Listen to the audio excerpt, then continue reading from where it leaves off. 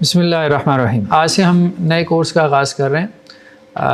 Short درس نظامی کا ہمارا یہ نیا بیچ ہے، تو اس میں ہمارے 6 سیمسٹر ہیں، 6 ماہ کا ایک سیمسٹر ہوگا۔ پہلے سیمسٹر میں ہم نے 2 سبجیکٹس پڑھنے ہیں، ایک تو عربی گرامر اور دوسرا کمپیریٹیو فقہ۔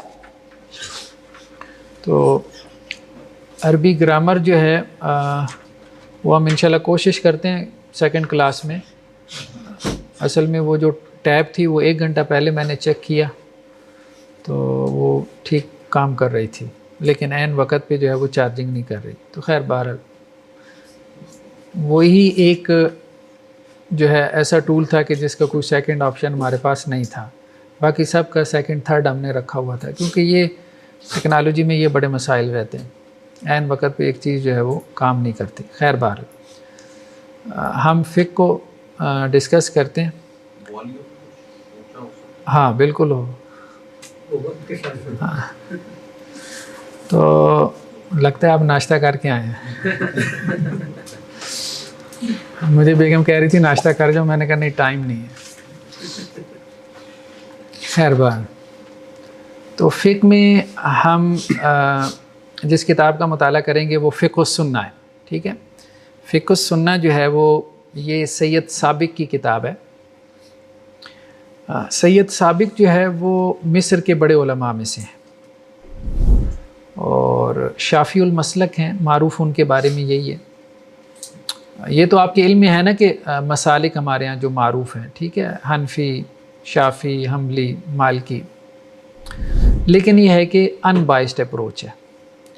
ایک تحریک تھی مصر کی الاخوان المسلمون، اس سے ان کا تعلق رہا اور کافی عرصہ جیل میں بھی رہے، جیسے ہمارے یہاں ہوتا ہے سیاسی طور پہ لوگ جو ہے چونکہ وہ بھی ایک سیاسی تحریک تھی، پولیٹیکل اسلام کی موومنٹ تھی، تو اس لیے جیلوں میں آنا جانا لگا رہتا تھا۔ جیسے آپ سمجھ لیں ہمارے یہاں جماعت اسلامی ہے، تو مصر کی یہ جماعت اسلامی، اس کے یہ ممبر رہے، تو پھر یہ درس دیتے تھے جیل کے ساتھیوں کو۔ تو بعد میں ان کے یہ جو دروس ہیں یہ فقہ السنہ کی صورت میں مرتب ہوئی ہے، اس کتاب کی صورت میں۔ یہ عربی میں 3 والیومز میں ہے اور اللہ نے اس کو بڑی ایکسیپٹنس دی ہے، بہت ایکسیپٹنس دی ہے، یعنی بڑے بڑے آپ کہہ لیں جو عرب کے شیوخ ہیں انہوں نے اس کے حواشی لکھے، فٹ نوٹس لکھے۔ علامہ البانی نے اس کی جو ہے وہ تحقیق ان کی پبلش ہوئی، علامہ البانی علیہ رحمہ کی، تو اور بھی بڑے بڑے علماء نے اس کتاب کو توجہ دی۔ تو بہرحال کتاب بہت زبردست ہے۔ فقہ کے موضوع پہ آپ یوں کہہ لیں کہ اس سے آسان کتاب، اور خاص طور پہ کمپیریٹیو فقہ پہ اور ان بائسڈ اپروچ کے ساتھ ہوتا ہمارے یہاں یہ ہے کہ آپ کے اوپر جب چھاپ ہوتی ہے کسی خاص مسلک کی، فقہ کی، تو آپ اسی کو صحیح ثابت کرنے میں لگ جاتے ہیں۔ ان کا کیس ہمیں یہ نہیں لگتا۔ بہت سارے مقامات پہ آپ دیکھیں گے کہ یہ اپنی کتاب میں کہہ جاتے ہیں کہ جی اس مسئلے میں امام ابو حنیفہ علیہ رحمہ کی رائے کو میں پریفر کروں گا، میرا مطلب زیادہ جو رجحان ہے وہ اس طرف ہو رہا ہے کہ وہ زیادہ بہتر معلوم ہوتی ہے۔ تو بہرحال یہ ایک نیا ٹرینڈ، ایک نئی اپروچ ہے کہ سب فقہ ہماری ہیں، سب فقہ ہماری ہیں۔ یہ فقہ اسلامی جو ہے وہ ایک درخت ہے اور یہ سب اس کی شاخیں ہیں، تو ہمیں اس میں ڈویژن میں نہیں پڑھنا چاہیے، یہ اس کی اور یہ میری، ٹھیک ہے۔ سب ائمہ ہمارے ہیں، ٹھیک ہے، چونکہ سب اسلام کے ہیں تو اسلام ہمارا دین ہے، تو سب ہمارے ہیں۔ تو آج کل اس اپروچ کے تحت جو کتابیں لکھی گئیں ان میں سے ایک یہ بہت اچھی کتاب ہے۔ تو اس میں جو ہمارے بنیادی جو موضوعات رہیں گے آپ اس میں فقہ میں، کمپیریٹیو فقہ میں، ایک ہے فقہ مطلب اسپیسیفک فقہ، جیسے فقہ حنفی، فقہ شافعی، آپ اس کو اسٹڈی کرتے ہیں، اور ایک ہے کمپیریٹیو فقہ، یعنی آپ کمپیریزن کرتے ہیں۔ تو انہوں نے بھی بیسیکلی کمپیریزن کی ہے، ٹھیک ہے۔ کمپیریزن ان دا سینس اس طرح سے کیا ہے کہ جو معروف فقہ ہیں، بلکہ یہ معروف فقہوں سے بھی تھوڑا ہٹ کے اور لوگوں کو بھی انہوں نے شامل کیا۔ معروف تو 4 ہیں، حنفی، شافعی، مالکی اور حنبلی، تو اس کے علاوہ بھی بعض جو معروف فقہا ہیں جن کی فقہیں زیادہ رائج نہیں ہو سکیں، ان کی آراء کا بھی یہ تذکرہ کر دیتے ہیں۔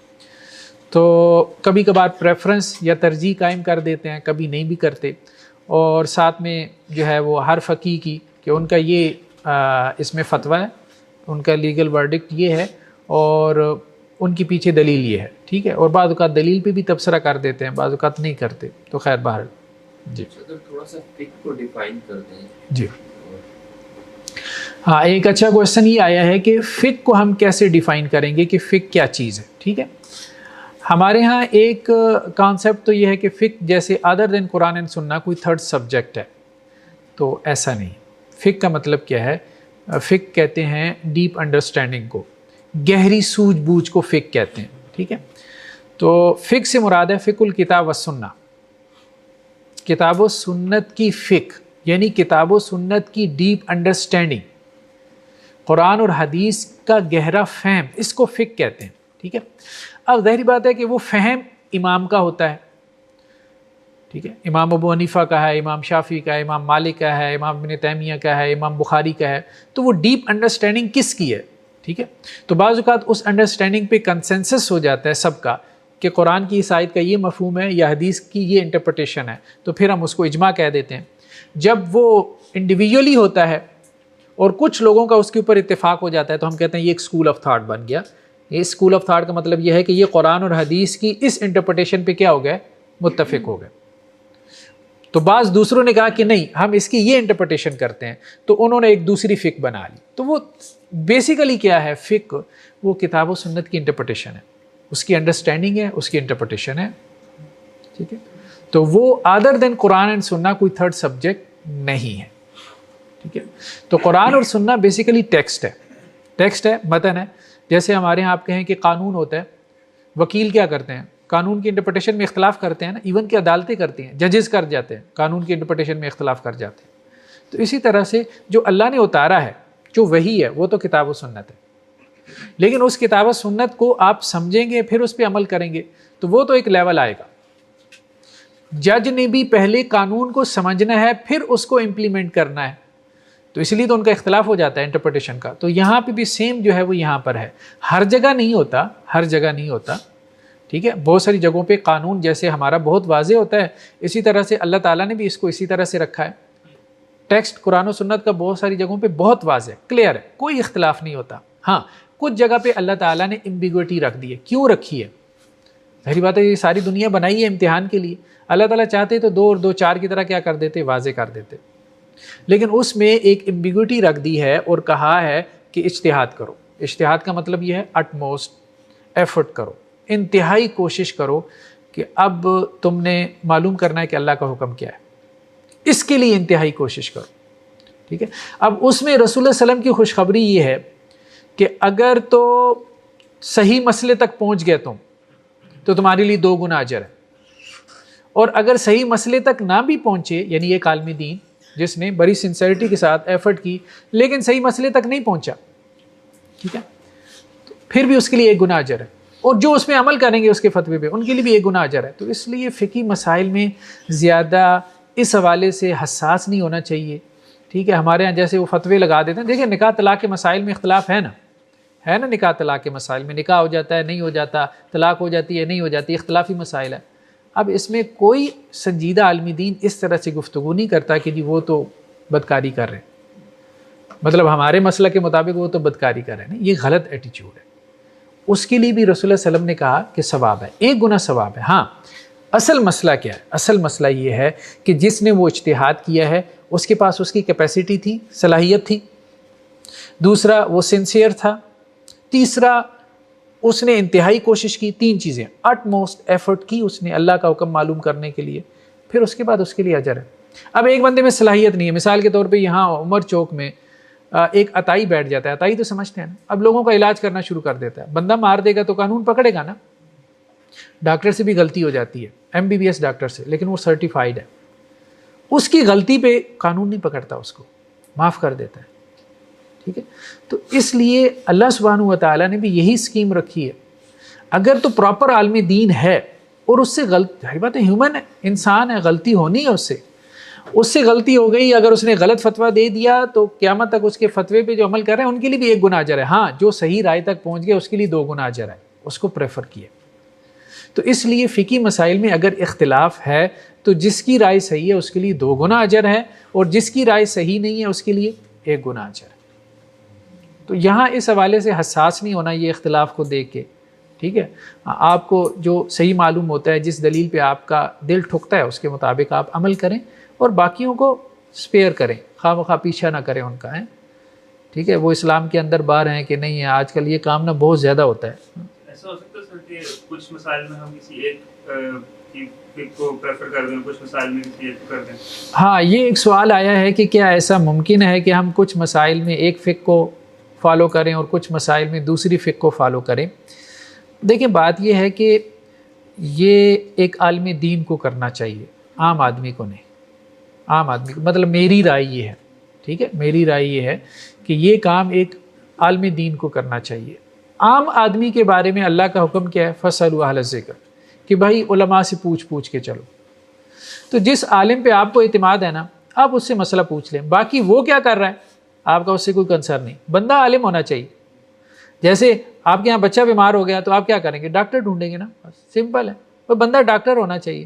ٹھیک ہے. اگر کہیں کسی آپ کہہ لیں کہ جی گورنمنٹ ہاسپٹل میں جاب بھی کر رہا ہے، ہاؤس جاب بھی کر رہا ہے، تو وہ بندے کا ذرا زیادہ اطمینان ہو جاتا ہے، چلیں جی وہاں. ٹھیک.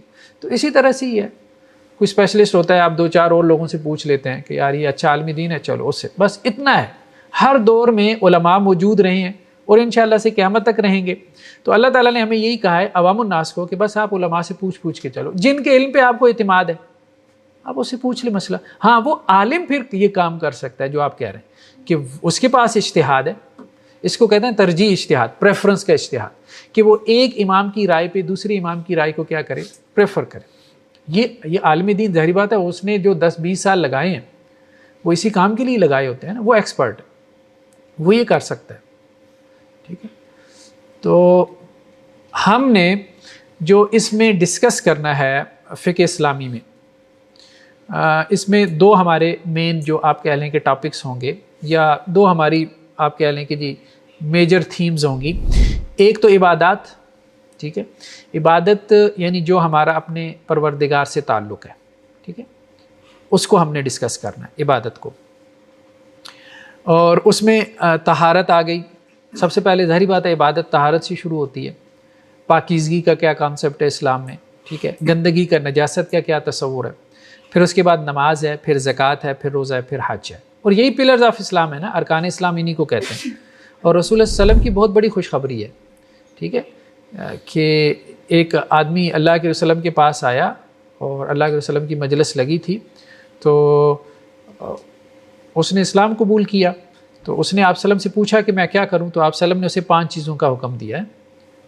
کلمہ تو اس نے پڑھ لیا، پھر نماز، روزہ، حج، زکوٰۃ. تو اس نے کہا کہ میں اس سے زیادہ بھی نہیں کروں گا، کم بھی نہیں کروں گا. تو آپ وسلم فرمایا کسی جنتی کو دیکھنا ہو تو اس کو دیکھ لو. جب وہ اٹھ کے مڑا ہے نا، تو عبادت جو ہے نا ہمارا اپنے پروردگار کے ساتھ تعلق ہے. تو اس تعلق کو ہم نے کیا کرنا ہے، اس میں بہتری لانی ہے. ٹھیک ہے. تو ایک اس کا قانونی پہلو ہے اور دوسرا اس کا اسپرچول ہے. تو ہم کوشش کریں گے ساتھ میں ہم دونوں اسپیکٹس کو لے کے چلیں. ٹھیک ہے. کیونکہ بندہ زیادہ مسئلے مسائل میں پڑ جائے نا تو پھر وہ زیادہ قانونی ذہن ہو جاتا ہے. ٹھیک ہے. تو ہم ذرا دونوں تربیتی پوائنٹ آف ویو سے بھی نا ساتھ ساتھ ہم گفتگو کرتے رہیں گے. تو ایک تو عبادات کا چیپٹر ہے ہمارا، کہ اللہ کے ساتھ یعنی اللہ کے جو حقوق ہیں ان کو ہم اچھے سے ادا کر پائیں. ٹھیک ہے. اس حوالے سے روزمرہ کے جو مسائل ہیں وہ ہم جان پائیں. دوسرا کیا ہے؟ معاملات کا.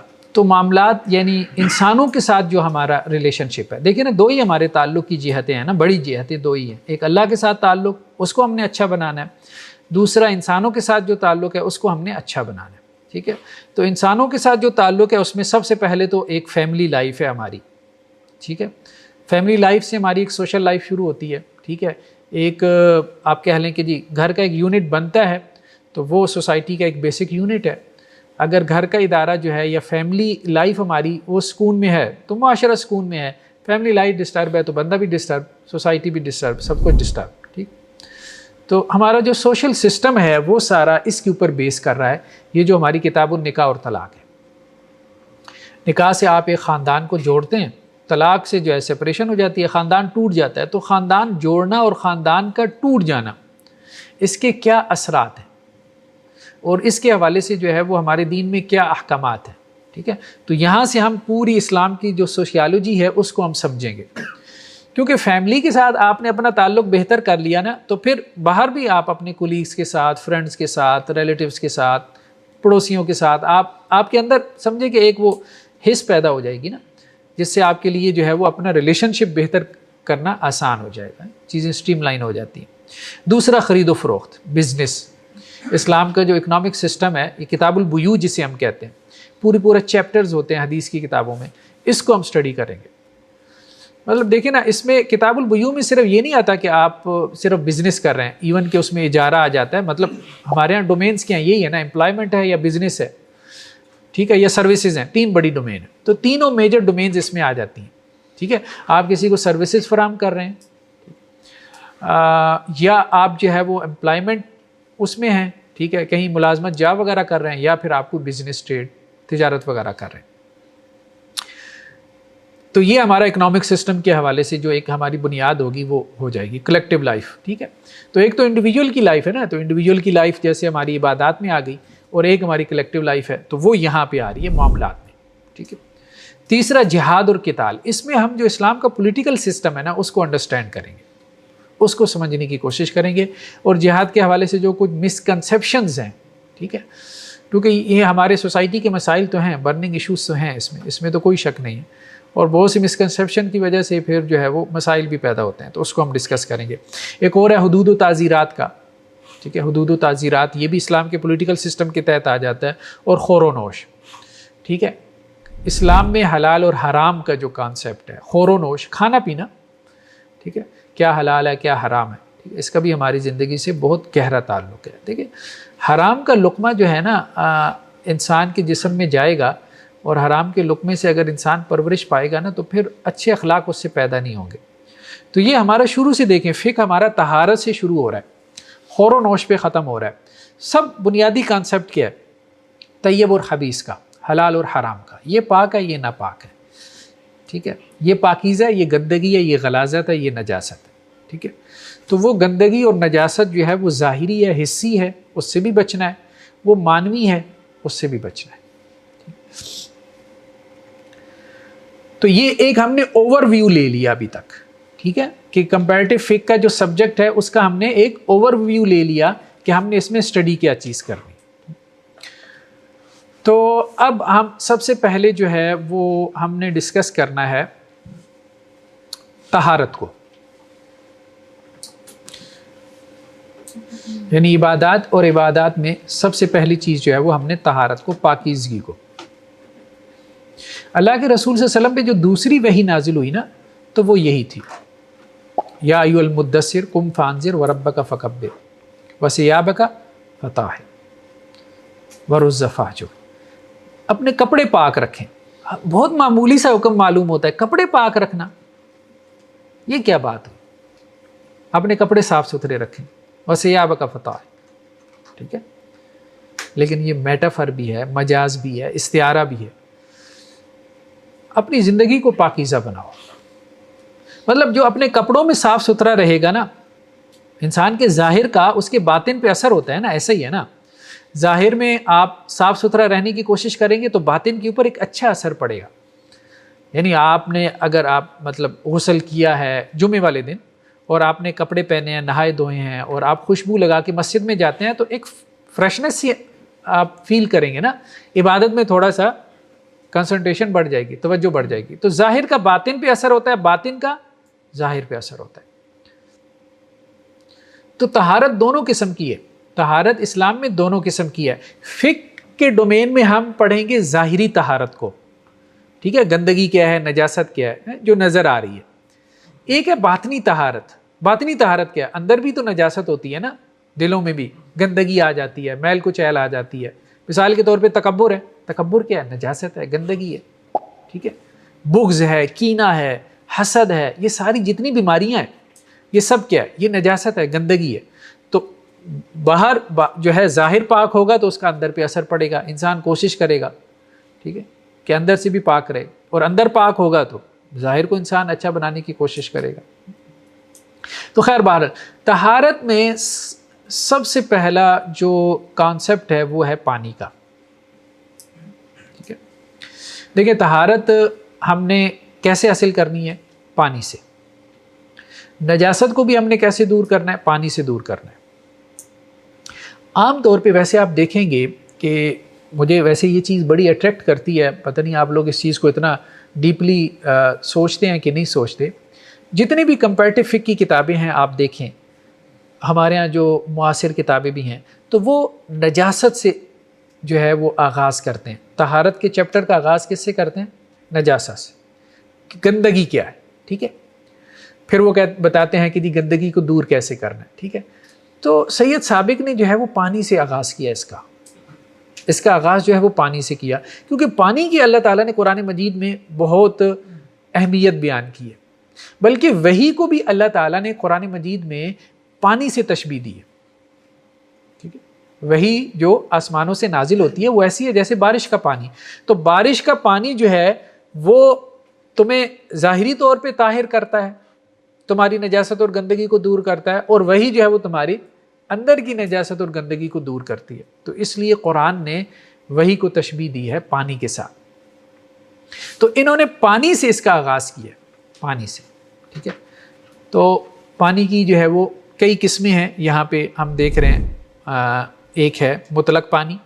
ٹھیک ہے، اس کو ہم تھوڑا سا آہستہ آہستہ کھولیں گے. کچھ الفاظ آئیں گے جو ٹپیکل فقہ کی اصطلاحات ہوتی ہیں، ٹرمینالوجی ہوتی ہیں. ہو سکتا ہے آپ نے وہ لفظ پہلے نہ سنے ہو، لیکن بار بار ریپیٹ ہوں گے تو چیزیں ذہن نشین ہو جائیں گی. زیادہ ذہن پہ زور بھی نہ دیں، ریپیٹیشن سے ہی آپ کے ذہن کا حصہ بن جائیں گی. اس سے یہ ہوگا کہ فقہ کا جو ایک لٹریچر ہے آپ اس کے ساتھ آپ لنک کر جائیں گے. کرنے کو تو ہم اس کا ترجمہ کر سکتے ہیں، لیکن یہ ہے کہ فقہ کی کتابیں بعد میں جب آپ اٹھا کے دیکھیں گے وہاں ایک ٹرم استعمال ہوگی تو آپ لنک نہیں کر پائیں گے. تو اس لیے ہم ہر سبجیکٹ میں ٹرمینالوجیز کو کیا کریں گے؟ گریب کرنے کی کوشش کریں گے. ٹھیک ہے، تو مطلق پانی یعنی اس ٹرمینالوجی کو ہم سمجھنے کی کوشش کریں گے، آسان بنائیں گے. مطلق پانی کہتے ہیں عام پانی، جو عام پانی ہے جس کو آپ پانی کہتے ہیں، آپ سمجھ لیں اس کو یہ مطلق پانی کہتے ہیں. اس لفظ کو ہم بعد میں کھولیں گے، ابھی آپ سمجھیں کہ عام پانی ہے. ٹھیک ہے، دوسرا کیا ہے؟ مستعمل پانی، یوزڈ واٹر. ٹھیک ہے، تیسرا کیا ہے؟ ملا جلا پانی. ملا جلا پانی یعنی پانی میں کوئی چیز مل جائے، water mixed with pure elements.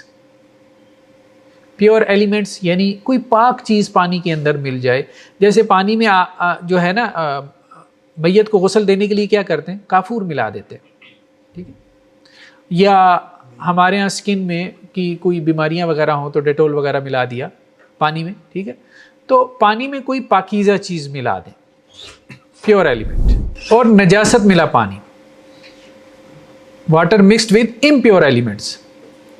کوئی گندگی یا نجاست جو ہے وہ گر گئی ہے پانی کے اندر، جیسے چھتوں پہ ٹینکی پڑی ہوئی ہے ہمارے ہاں آج کل، تو وہ پانی کی ٹینکیاں ہوتی ہیں، اوپر سے کبھی ڈھکنا اڑ جاتا ہے تو کسی کوے نے بیٹ کر دی، یا اور اس قسم کا کوئی بھی، وہ ہم مختلف کیسز جو ہے وہ اس کو ڈسکس کریں گے.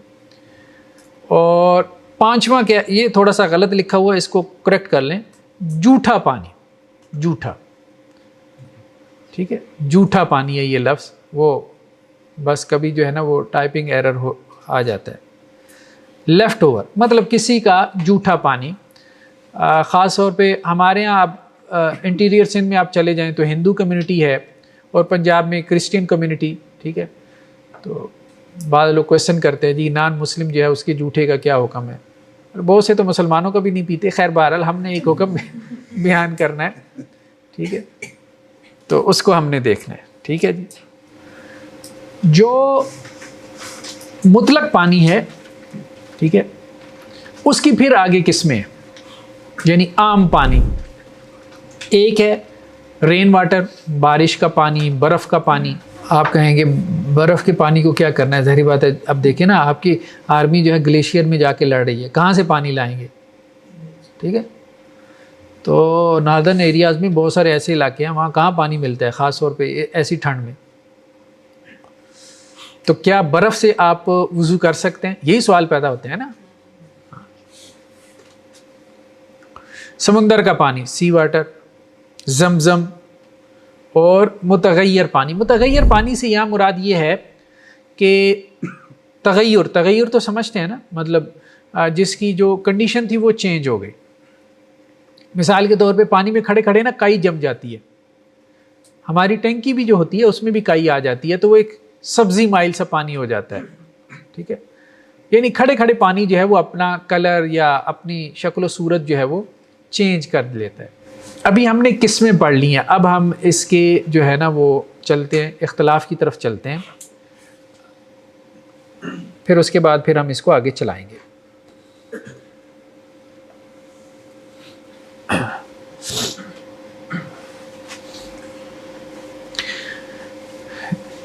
جی سب سے پہلے کیا ہے, مائع مطلق ہم نے پڑھا تھا. ٹھیک ہے, مائع مطلق پانی, عام پانی. ٹھیک ہے, عام پانی میں کیا ہے, بارش کا پانی اور برف کا پانی اور اولوں کا پانی.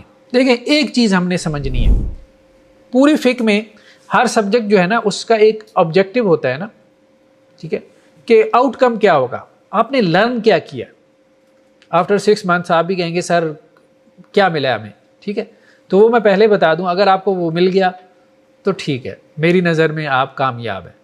اگر وہ نہیں ملا تو پھر 6 ماہ آپ کو ثواب ملا ہے یہاں بیٹھنے کا, وہ کہیں نہیں گیا. ٹھیک ہے, وہ کہیں نہیں گیا, وہ اللہ کے یہاں ہے. ٹھیک ہے, ہماری کمپیریٹیو جو فقہ ہے اس کا جو آؤٹ کم ہے وہ ہم نے یہ سمجھنا ہے کہ ایک چیز حلال ہے یا حرام ہے یا اس کے بارے میں کوئی اختلاف ہے, دلیل بس ہمیں سمجھ میں آ جائے کہ کس طرح سے استدلال کیا جاتا ہے. یعنی ایک جو فقیہ ہے, ٹھیک ہے, ایک جو جیورسٹ ہے, ایک جو مجتہد ہے, عالم ہے یا مفتی ہے, وہ دلیل کس طرح سے نکالتا ہے کتاب و سنت سے. دلیل نکالنا کیا ہے, ایک آرٹ ہے, ایک فن ہے. اچھا, وہ جو اختلاف کر رہا ہے تو وہ ایک ہی آیت کو ایک فقیہ, ایک عالم ایک طرح سے انٹرپریٹ کر رہا ہے, دوسرا دوسری طرح سے انٹرپریٹ کر رہا ہے, تو دونوں نے 2 اینکیں لگائی ہوئی ہیں. وہ اپنی اینک سے دیکھ رہا ہے, یہ اپنی اینک سے دیکھ رہا ہے, دونوں کے جو زاویہ نگاہ ہیں وہ مختلف ہیں. بس ہم نے اتنا سمجھ لینا ہے کہ اچھا یہ نقطہ نکال رہا ہے, یعنی وہ نقطہ رسی کیا کر رہا ہے, بس اتنا سمجھ میں آ گیا. دیکھیں یہاں ہزاروں مسئلے ہم نے پڑھنے ہیں, ہزاروں مسئلے میں فلاں کی یہ مجھے بھی نہیں یاد, 15-20 سال سے میں بھی پڑھا رہا ہوں, مجھے بھی نہیں یاد رہ جاتا اتنا, فلاں کی یہ. ہاں مجھے یہ یاد رہ جاتا ہے کہ میری رائے کیا ہے تو اس لیے اتنا نہیں یاد رہ جاتا. ٹھیک ہے, وہ آپ کو کتاب ہی کنسلٹ کرنی پڑتی ہے. ہاں موٹے موٹے مسائل میں جن میں بار بار لوگ پوچھتے ہیں ان میں ہمیں یاد ہوتا ہے فلاں کی یہ رائے, فلاں کی یہ رائے, لیکن ہر مسئلے میں نہیں یاد رہ جاتا کہ 4 ایموں کی کیا رائے. ٹھیک ہے, تو اس لیے وہاں صرف اتنا سمجھ میں آ جائے کہ استدلال کس طرح سے کیا جا رہا ہے, بیس کیسے بنائی جا رہی ہے کہ اپنے موقف کو پروف کرنے کے لیے. ٹھیک ہے, کیونکہ عالمانہ بصیرت یہی ہوتی ہے نا کہ آپ قرآن کو کس طرح سے علمی انداز میں انٹرپریٹ کرتے ہیں. تو ہم نے ان کی یہ جو صلاحیت ہے, جو مجتہدانہ صلاحیت ہے ائمہ دین کی, ہم نے بیسیکلی اس کو فوکس کرنا ہے کہ وہ دلیل کیسے دیتے ہیں. یعنی ان سے کسی نے مسئلہ پوچھا جی برف سے وضو ہو سکتا ہے. اب دیکھیں یہ مسئلہ آپ سے بھی کوئی پوچھ سکتا ہے. اب عالم کیا کرے گا, عالم دیکھے گا, غور کرے گا, قرآن میں حدیث میں غور کرے گا, یار کہیں ذکر ہے برف سے وضو ہو سکتا ہے. اب ظاہری بات ہے کہ برف مکہ میں کہاں آئی, ٹھیک ہے, سمجھ رہے ہیں نا بات, مدینہ میں کہاں سے برف آئے گی, وہ تو نادر ایریاز نہیں ہے. ٹھیک ہے, تو اب وہاں تو یہ مسئلہ پیش ہی نہیں آیا, تو اس کا مطلب کیا ہے, اس کا مطلب یہ ہے کہ مسئلے کا حل کوئی نہیں, وہ گیو اپ نہیں کرتا, وہ پھر اپنی ذہانت استعمال کرتا ہے, وہ پھر کسی اور لیول پہ جا کے سوچتا ہے, جہاں آپ کی یہ ساری انجینئرنگ کی ڈگری یہ ساری پیچھے رہ جاتی ہے. آپ اصول فقہ پڑھیں گے تو پھر جو ہے نا وہ سمجھ میں آئے گی کہ کتنی ذہانت استعمال ہوتی ہے اس کام کے اندر, کہاں کہاں سے نقطہ رسی کرتے ہیں, انسان حیران رہ جاتا ہے, اچھا یہاں سے یہ بات نکالی ہے. ٹھیک ہے, تو اب یہ جو بارش کا پانی ہے, برف کا پانی ہے یا اولوں کا پانی ہے, ٹھیک ہے, یہ پاک ہے کہ نہیں ہے. تو قرآن کی اس آیت سے استدلال کیا کہ وَأَنزَلْنَا مِنَ السَّمَاءِ مَاءً طَهُورًا, اللہ تعالیٰ کہتے ہیں کہ ہم نے آسمان سے کون سا پانی نازل کیا, ہم نے پاکیزہ پانی, طہور. تو آسمان سے جو نازل ہو رہا ہے وہ پاک ہے. اس کا مطلب کیا ہے, اولے بھی بیسیکلی کیا ہے, بارش ہے نا, وہی بارش کا پانی جو ہے وہ اولوں کی صورت میں ٹمپریچر زیادہ ہوا تو اولوں میں کنورٹ ہو گیا، وہی اولے نیچے پڑے تو برف بن گئی. ٹھیک ہے، تو آسمان سے جو پانی آ رہا ہے وہ پاک ہے. تو یہاں سے انہوں نے استدلال کیا کہ برف جو ہے وہ بھی پاکیزہ پانی ہے. ٹھیک ہے، تو وہ بھی پانی کے حکم میں ہے، بس اس کی حیت چینج ہو گئی ہے. تو اگر کہیں پانی نہ ملے تو وہ برف وغیرہ سے وضو کر لے تو یہ الاؤڈ ہے، یا برف کے پانی کو گرم کر لے اگر کر سکتا ہے تو اس کو دوبارہ پانی میں کنورٹ کر لے. اور اسی طرح قرآن میں ایک اور آیت ہے وَيُنَزِّلُ عَلَيْكُم مِّنَ السَّمَاءِ مَاءً لِيُطَهِّرَكُم بِهِ. اللہ تعالیٰ تمہارے اوپر آسمان سے وہاں پانی نازل کرتا ہے تاکہ تمہیں اس کے ذریعے سے اللہ تعالیٰ کیا کرے؟ پاک کرے. ٹھیک ہے، تو قرآن سے استدلال کر لیا. پھر آپ دیکھیں یہاں پہ ایک حدیث سے کیسے استدلال کیا. یہ شاید دعا آپ ہر نماز میں پڑھتے ہوں گے. ٹھیک ہے، اللہ کے رسول جو ہے وہ دعائے استفتاح کہتے ہیں سورہ فاتحہ سے پہلے جو ہم دعا پڑھتے ہیں. عام طور پہ تو لوگ پڑھتے ہیں نا سبحانک اللہم و بحمدک و تبارک اسمک، چھوٹی سی مختصر دعا. لیکن ایک اور بھی ہے اللہم باعد بینی و بین خطایایا. اس میں آخر میں کیا الفاظ آتے ہیں؟ اللہم اغسلنی من خطایایا بالثلج والماء والبرد. مختلف ہیں، کچھ اور روایتوں میں آگے پیچھے کر کے بھی آ جاتے ہیں. ٹھیک ہے، اللہم اغسلنی خطایایا بالماء والثلج والبرد، اس طرح سے بھی آ جاتا ہے. یا اللہ میری گناہوں کو دھو دے، کس سے؟ بارش سے اور برف سے اور اولوں سے. ٹھیک ہے، تو گویا گناہوں کو جس چیز سے دھویا جا رہا ہے تو اب وہ پاک ہوں گے نا، پاک ہوں گے تو ان سے طہارت حاصل کی جا سکتی ہے. ٹھیک ہے، تو یہاں سے استدلال کیا. تو پہلا تو یہ ہو گیا. سیکنڈ ہمارے سامنے ہے ماء البحر، سی واٹر، بارش کا پانی. ٹھیک ہے، تو اس بارے میں جو حدیث ہے سنن ترمذی کی روایت ہے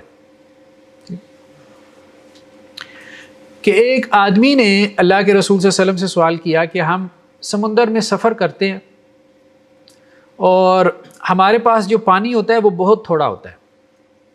تب بھی بحری جہازوں پہ سفر ہوتا تھا.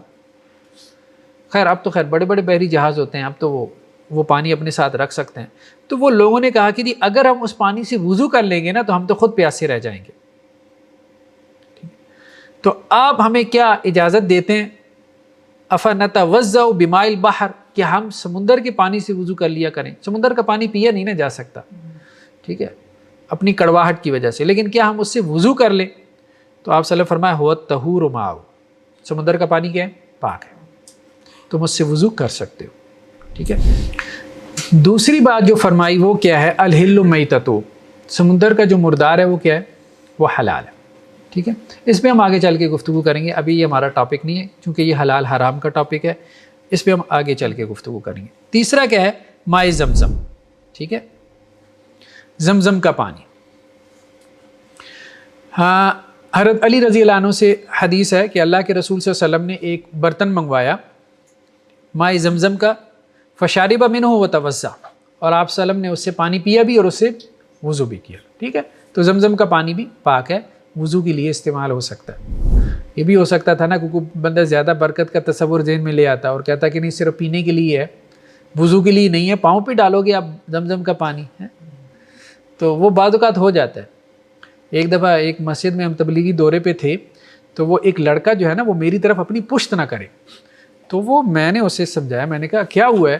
کہتا ہے آپ کے سینے میں قرآن ہے، تو اگر آپ کی طرف پشت ہو گئی نا تو قرآن کی طرف پشت ہو جائے گی. تو خیر بہرحال میں نے کہا شکر ہے تمہارے ذہن میں یہ نہیں آیا کہ سینے میں قرآن لے کے یہ واش روم میں جا رہا ہے میرا تو تم نے سر پھاڑ دینا تھا. تو وہ عجیب و غریب قسم کے پھر لوگ جو ہے نا ہمارے ہاں ایک برکت کے اور تقدس کے کانسیپٹ کچھ ایسے بھی ہوتے ہیں جو مشکل میں ڈال دیتے ہیں.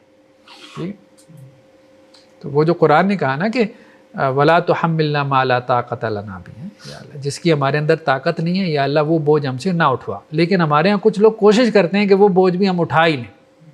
ٹھیک، تو فقہ میں بعض اوقات اس قسم کے بھی استدلال آ جاتے ہیں. نیکسٹ کیا ہے؟ الماء المتغیر، متغیر پانی. ٹھیک ہے، ہم نے کہا کہ لمبا عرصہ ایک پانی کھڑا رہا تو کھڑے کھڑے وہ پانی کیا ہو جاتا ہے؟ متغیر ہو جاتا ہے، کائی وغیرہ اس میں جم جاتی ہے. تو یہ بھی کیا ہے؟ یہ بھی پاک ہے. کیوں؟ کیونکہ یہ پانی ہے، اس پہ لفظ پانی کا اطلاق ہو رہا ہے. فلم تجدوا ماء فتیمموا، اللہ تعالیٰ کیا کہتے ہیں؟ اگر پانی نہ ملے تو تیمم کرو. تو آپ اس کو پانی کہہ رہے ہیں؟ کہہ رہے ہیں. تو جب تک وہ پانی ہے وہ پاک ہے، کیونکہ اللہ نے کہا کہ پانی جو ہے، پانی نہ ہو تو پھر تیمم ہے، تو یہ پانی تو ہے. ٹھیک ہے. دیکھیں بعض اوقات وہ حیت چینج کر لیتا ہے. پانی میں اگر آپ ایسا کریں کہ دہی ڈال دیں اور اس کو ہلا لیں تو اب یہ پانی ہے؟ نہیں، اب یہ لسی ہے. ٹھیک ہے. تو نام چینج ہو جاتا ہے. ان کی دلیل سمجھ آ رہی ہے؟ وہ کہہ رہے ہیں پانی کے لفظ کا اطلاق ہو رہا ہے اس پہ. ٹھیک ہے. ویسے تو پیپسی بھی پانی ہے نا بھائی، نمکول بھی پانی ہے، اصلاً پانی ہے، لیکن بعد میں وہ کیا ہو گیا؟ نمکول ہو گیا. اب وہ پانی نہیں ہے، اب اس کا نام کیا ہے؟ نمکول. جی گندگی کے نجاست کے تصور میں تو نہیں ہے کائی وغیرہ؟ نہیں، کائی وغیرہ جو ہے وہ پاک ہے. یہ سوال یہ ہے کہ کائی کیا نجاست میں ہے؟ نہیں، کائی پاک ہے، کیونکہ سبزہ ہے نا، تو سبزہ جو ہے وہ پاک ہے. ٹھیک ہے. سب سبزیاں. یہ پانی کو ہم ڈیفائن کیسے کریں گے؟ اگر اس میں کوئی نجاست پڑی ہو اس کی وجہ سے بھی حیت چینج ہو سکتی ہے. ہاں، کائی ہے، نجاست والی قسم ہم علیحدہ پڑھیں گے. ہم نے کہا نا یہ ابھی مطلق پانی ہم پڑھ رہے ہیں، مطلق پانی. سیکنڈ ہماری جو ٹائپ ہے جس کو ہم آگے پڑھنے جا رہے ہیں وہ ہے یوزڈ واٹر، مستعمل پانی. تھرڈ کیا ہے کہ اس کے اندر کوئی پیور ایلیمنٹ مل جائے. اور چوتھی قسم یہ ہے کہ اس کے اندر کوئی نجاست مل جائے. ٹھیک ہے. تو وہ علیحدہ سے ہم ڈسکس کر لیں. تو ابھی مطلق پانی سمجھ میں آ گئی بات. ٹھیک ہے. نیکسٹ ہمارے سامنے تھا مستعمل پانی، یوزڈ واٹر. ایک پانی آپ نے ایک دفعہ استعمال کر لیا، ٹھیک ہے، تو اب کیا اس کو دوبارہ استعمال کر سکتے ہیں؟ تو یہ اختلافی مسئلہ ہے. بعض فقہا کہتے ہیں کہ آپ اس کو دوبارہ استعمال کر سکتے ہیں، بعض فقہا کہتے ہیں کہ اس کو دوبارہ استعمال نہیں کر سکتے. مثال کے طور پہ آپ اس کو یوں سمجھیں کہ جیسے ہمارے ہاں واش رومز میں کیا ہوتا ہے کہ اوپر نلکا لگا ہے اور نیچے ٹب پڑا ہے، تو آپ نے نلکے سے نلکا کھول کے آپ نے وضو کیا، پانی نیچے ٹب میں گر گیا. اب جو پانی ٹب میں گرا ہے یہ یوزڈ واٹر ہے، یعنی ایک مرتبہ طہارت کے لیے استعمال ہو گیا. اب اس سے دوبارہ وضو کیا جا سکتا ہے؟ یہ کوشچن ہے.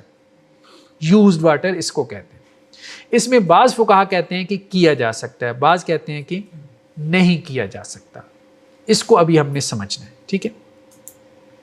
جو فقہا یہ کہتے ہیں کہ کیا جا سکتا ہے ان کی دلیل کیا ہے؟ وہ یہ کہتے ہیں کہ حدیث میں آتا ہے، یہ ربیع بنت محوذ کی حدیث ہے، ٹھیک ہے، کہ اللہ کے رسول صلی اللہ علیہ وسلم نے کیا کیا؟ وَمَسَحَ رَأْسَهُ، آپ صلی اللہ علیہ وسلم نے اپنے سر کا مسح کیا، بما باقیہ من وضوء فی یدیہ، یعنی آپ صلی اللہ علیہ وسلم نے جو سر کا مسح کیا نا، پہلے ہم کونیاں دھوتے ہیں نا، ٹھیک ہے، اللہ کے وسلم نے کونیاں دھوئی ہیں، پھر اس کے بعد آپ نے سر کا مسح کر لیا. ہم کیا کرتے ہیں؟ کونیاں دھونے کے بعد دوبارہ نیا پانی لیتے ہیں، ایسے ہی کرتے ہیں نا، دوبارہ پانی ایسے ٹچ کرتے ہیں، صرف ٹچ کر کے پھر ہم مسح کرتے ہیں. ایسے ہی کرتے ہیں نا سارے ہیں؟ غلط تو نہیں بتا رہا؟ آپ بول نہیں رہے، میں سمجھا میں غلط بتا رہا ہوں. تو کونیاں دھونے کے بعد، ٹھیک ہے، آپ صلی اللہ علیہ وسلم کا بھی یہی معمول تھا. عام طور پہ آپ کیا کرتے تھے؟ دوبارہ پانی کو ٹچ کر کے مسح کرتے تھے. لیکن بعض اوقات آپ نے کیا کیا؟ کونیاں دھونے کے بعد دوبارہ ٹچ نہیں کیا، تو کونیاں دھونے کے بعد آپ نے مسح کر لیا. اب دلیل سمجھے.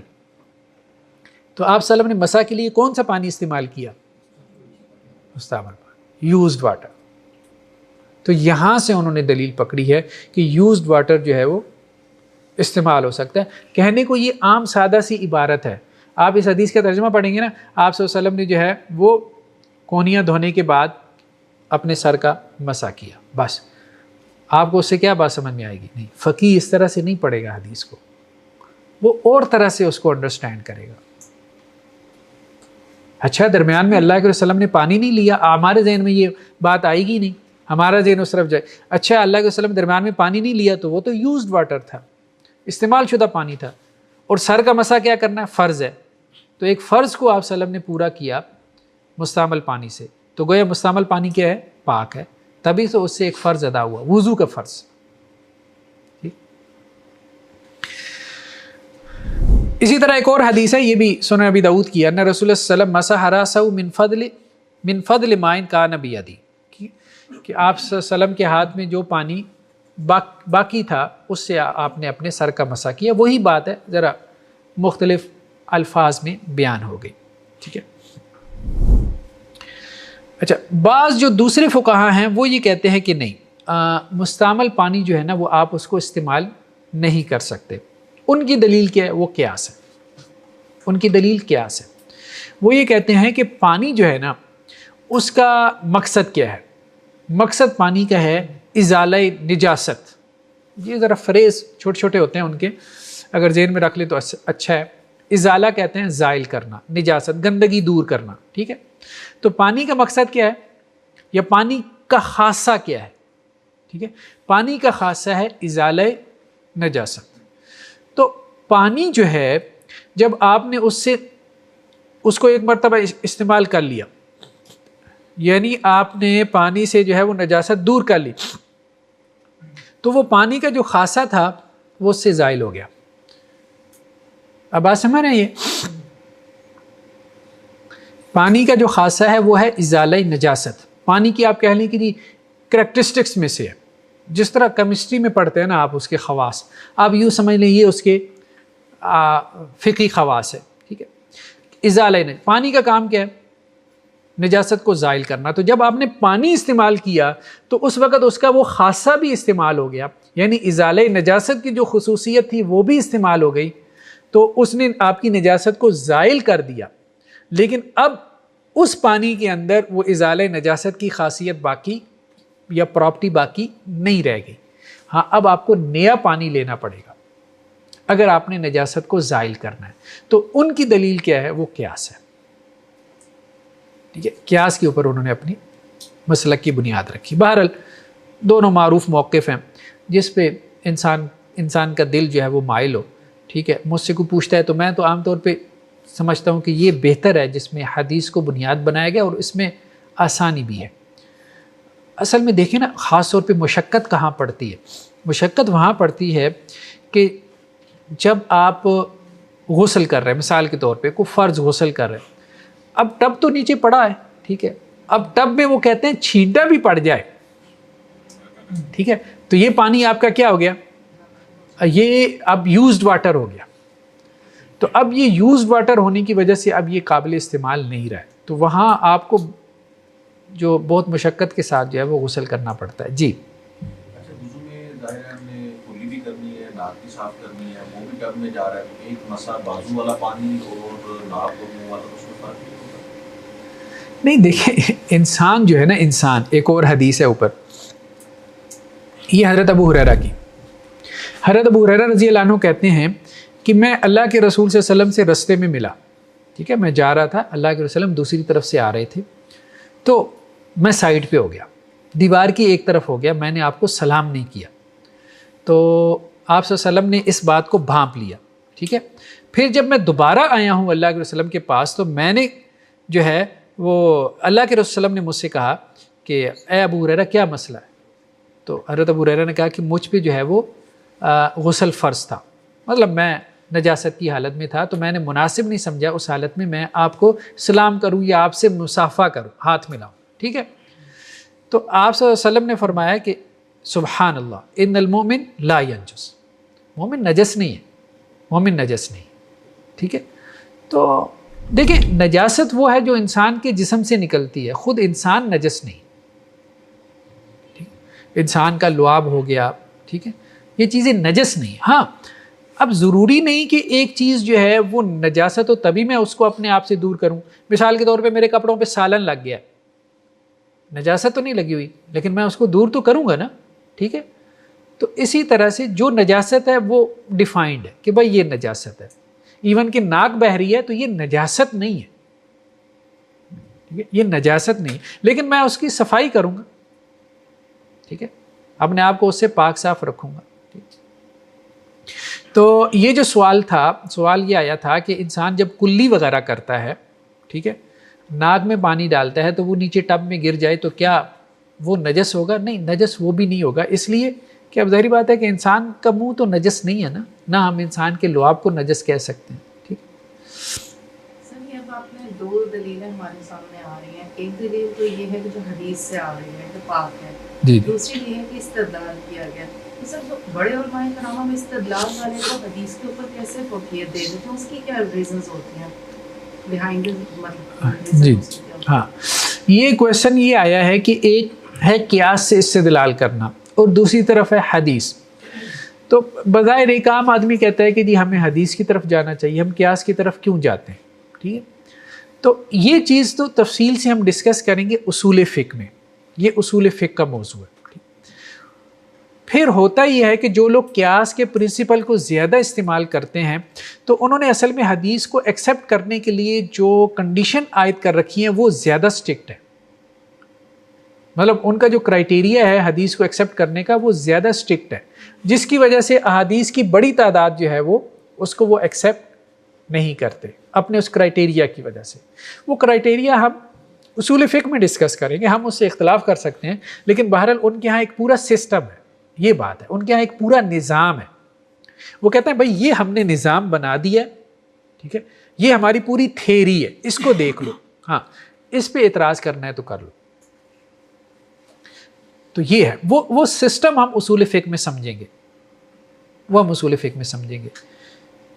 عام طور پہ جو محدثین ہیں انہوں نے حدیث کو ایکسیپٹ کرنے کے لیے 5 کنڈیشنز عائد کی, تو ان فقہاء نے 11 لگا دی. جب انہوں نے 11 لگا دی تو اب بہت ساری حدیثیں کیا ہو گئیں, رول آؤٹ ہو گئی, پھر وہ قیاس کی طرف چلے گئے. تو یہ ہے بیسیکلی. تو انہوں نے وہ 6 اضافی طور پہ کیوں لگائیں, دین اس کو ہم انڈرسٹینڈ, اس کو ہم سمجھیں گے اصول فقہ میں. وہ اصول فقہ کا مطلب یہ ہے, وہ ایک علیحدہ سبجیکٹ ہے ہمارا, فقہ کے پرنسپلس. یعنی فقہ تو کیا ہے, فقہ تو رزلٹ ہے نا, فتویٰ ہے, ٹھیک ہے, اس کے پیچھے پورا ایک نظام ہے, نظام استدلال.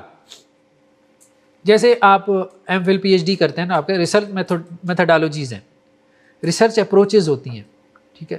وہ ریسرچ میتھڈالوجیز جو ہے یہاں پہ فقہا کی ڈفرینٹ ہے, اپنی اپنی وہ میتھڈالوجی لگا رہے ہوتے ہیں. وہ کہتے ہیں ٹھیک ہے ہماری یہ پوری میتھڈالوجی, ہم نے پورا نظام بنایا, یہ آپ اس پہ گفتگو کریں, اختلاف کریں, ٹھیک. اور وہ چلتے ہیں, نظام جو ہے وہ ہمارے یہاں ریسرچ کے مختلف اپروچز چلتی ہیں, ٹھیک. نیکسٹ ہمارے پاس کیا ہے, وہ پانی جس میں کوئی پاکیزہ چیز مل جائے, جیسے صابن, زعفران یا آٹا وغیرہ, کوئی بھی پاکیزہ چیز. ہم نے ڈیٹول کی مثال دے دی, ٹھیک ہے, اور بھی کوئی مثال دی جا سکتی ہے. تو اس پانی سے کیا آپ غسل کر سکتے ہیں یا آپ وضو کر سکتے ہیں. جیسے دیکھیں نا ہمارے گھروں میں جو پانی آتا ہے واسا کا, تو وہ واسا والے اس میں کوئی دوائی ملاتے ہیں, ہاں کلورین ملاتے ہیں, ٹھیک ہے. تو اب کوئی بھی پاکیزہ چیز ہو تو وہ پاک ہے, وہ پانی کیا ہے, پاک ہے, اس میں کوئی اختلاف نہیں ہے. پانی کو پانی رہنے, ہاں وہ پانی کو پانی رہنے دیتے ہیں, ٹھیک ہے.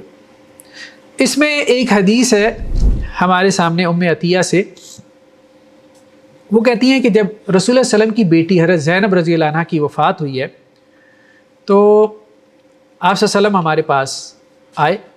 یعنی ہاں گھر میں جو عورتیں تھیں, جن عورتوں نے حضرت زینب رضی اللہ عنہا کو غسل دینا تھا, تو آپ صلی اللہ علیہ وسلم ان کے پاس آئے. تو اللہ کے وسلم نے کہا اغسلنها ثلاثا او خمسا, کہ میری بیٹی کو 3 مرتبہ غسل دینا ہے یا 5 مرتبہ, ٹھیک ہے.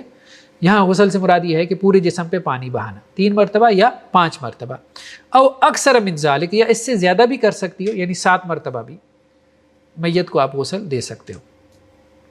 لیکن وہ 7 مرتبہ جو ہے وہ تمہارے اوپر ہے, ان رائے تنہ, مطلب تمہاری رائے. بماء و سدر, اور جو غسل دینا ہے نا وہ پانی اور اس کے ساتھ بیری کے پتے ملانے, ٹھیک. تو اس زمانے میں تو صابن وغیرہ نہیں ہوتا تھا نا, صابن وغیرہ نہیں تھا. اب ہمارے یہاں بہت ساری چیزیں آ گئی ہیں, شیمپو آ گیا, صابن آ گیا, اور بہت ساری چیزیں آ گئی ہیں صفائی ستھرائی کے لیے. تو پھر وہ بیری کا پتا جو ہے وہ ڈال لیتے تھے پانی میں, اور اس پانی کو گرم کر لیتے تھے, اس سے ذرا جو ہے وہ طہارت اچھی حاصل ہو جاتی تھی. وَجَعَلْنَا فِي الْأَخِيرَةِ كَافُورًا أَوْ شَيْئًا مِّن كَافُور, اور آخری مرتبہ یعنی 5ویں مرتبہ یا تیسری مرتبہ یا 7ویں مرتبہ جب تم نے غسل دینا ہے تو اس میں کیا کرنا ہے؟ کافور ملا دینا ہے تاکہ خوشبو آئے. تو اب یہاں پانی میں بیری کے پتے بھی ملائے جا رہے ہیں اور کافور بھی ملایا جا رہا ہے, اور آپ سلم کہہ رہے ہیں کہ اس سے آپ کیا کرو, میت کو غسل دے دو. تو گویا پانی میں اگر آپ پاکیزہ چیز ملا دیں تو وہ پانی پاک رہتا ہے, طاہر بھی ہے مطہر بھی ہے. طاہر کا مطلب ہوتا ہے کہ پاک ہے, مطہر کا مطلب یہ ہے کہ پاک کرنے والا ہے. ٹھیک ہے. ایک اور روایت ہے یہاں پہ حضرت ام ہانی سے. یہ ام ہانی کون تھی؟ ہاں, حضرت علی رضی اللہ عنہ کی بہن تھی, آپ سلم کی کزن بھی لگتی, کہ اللہ کے رسول صلی اللہ علیہ وسلم نے اور حضرت میمونہ نے, ام المومنین حضرت میمونہ رضی اللہ عنہا نے غسل کیا ایک برتن سے کہ جس میں آٹے کے اثرات تھے. ٹھیک ہے, صحیح بات ہے, اتنے تو برتن نہیں ہوتے تھے نا وہاں. تو جیسے اب ہمارے ہاں ایک آپ کہہ لیں کہ جی لائف سٹائل ہے, بہت چینج ہو چکا ہے, جو اسٹینڈرڈ آف لیونگ ہے بہت ہائی ہو چکا ہے. تو اس وقت یہی ہوتا تھا کہ ایک ہی برتن مختلف پرپزز کے لیے استعمال ہو جاتا تھا. تو وہ جس برتن میں انہوں نے کوئی آٹا وغیرہ گوندا تھا تو اسی میں جو ہے وہ انہوں نے پانی وغیرہ لے کے اور اس سے جو ہے وہ غسل کیا. اللہ کے رسول صلی اللہ علیہ وسلم نے بھی حضرت میمونہ رضی اللہ عنہا نے, تو اس میں گویا آٹے کے کچھ اثرات رہ گئے تھے. تو یہ وہ کہنا چاہ رہے ہیں کہ وہ پانی کیا ہے؟ پاک.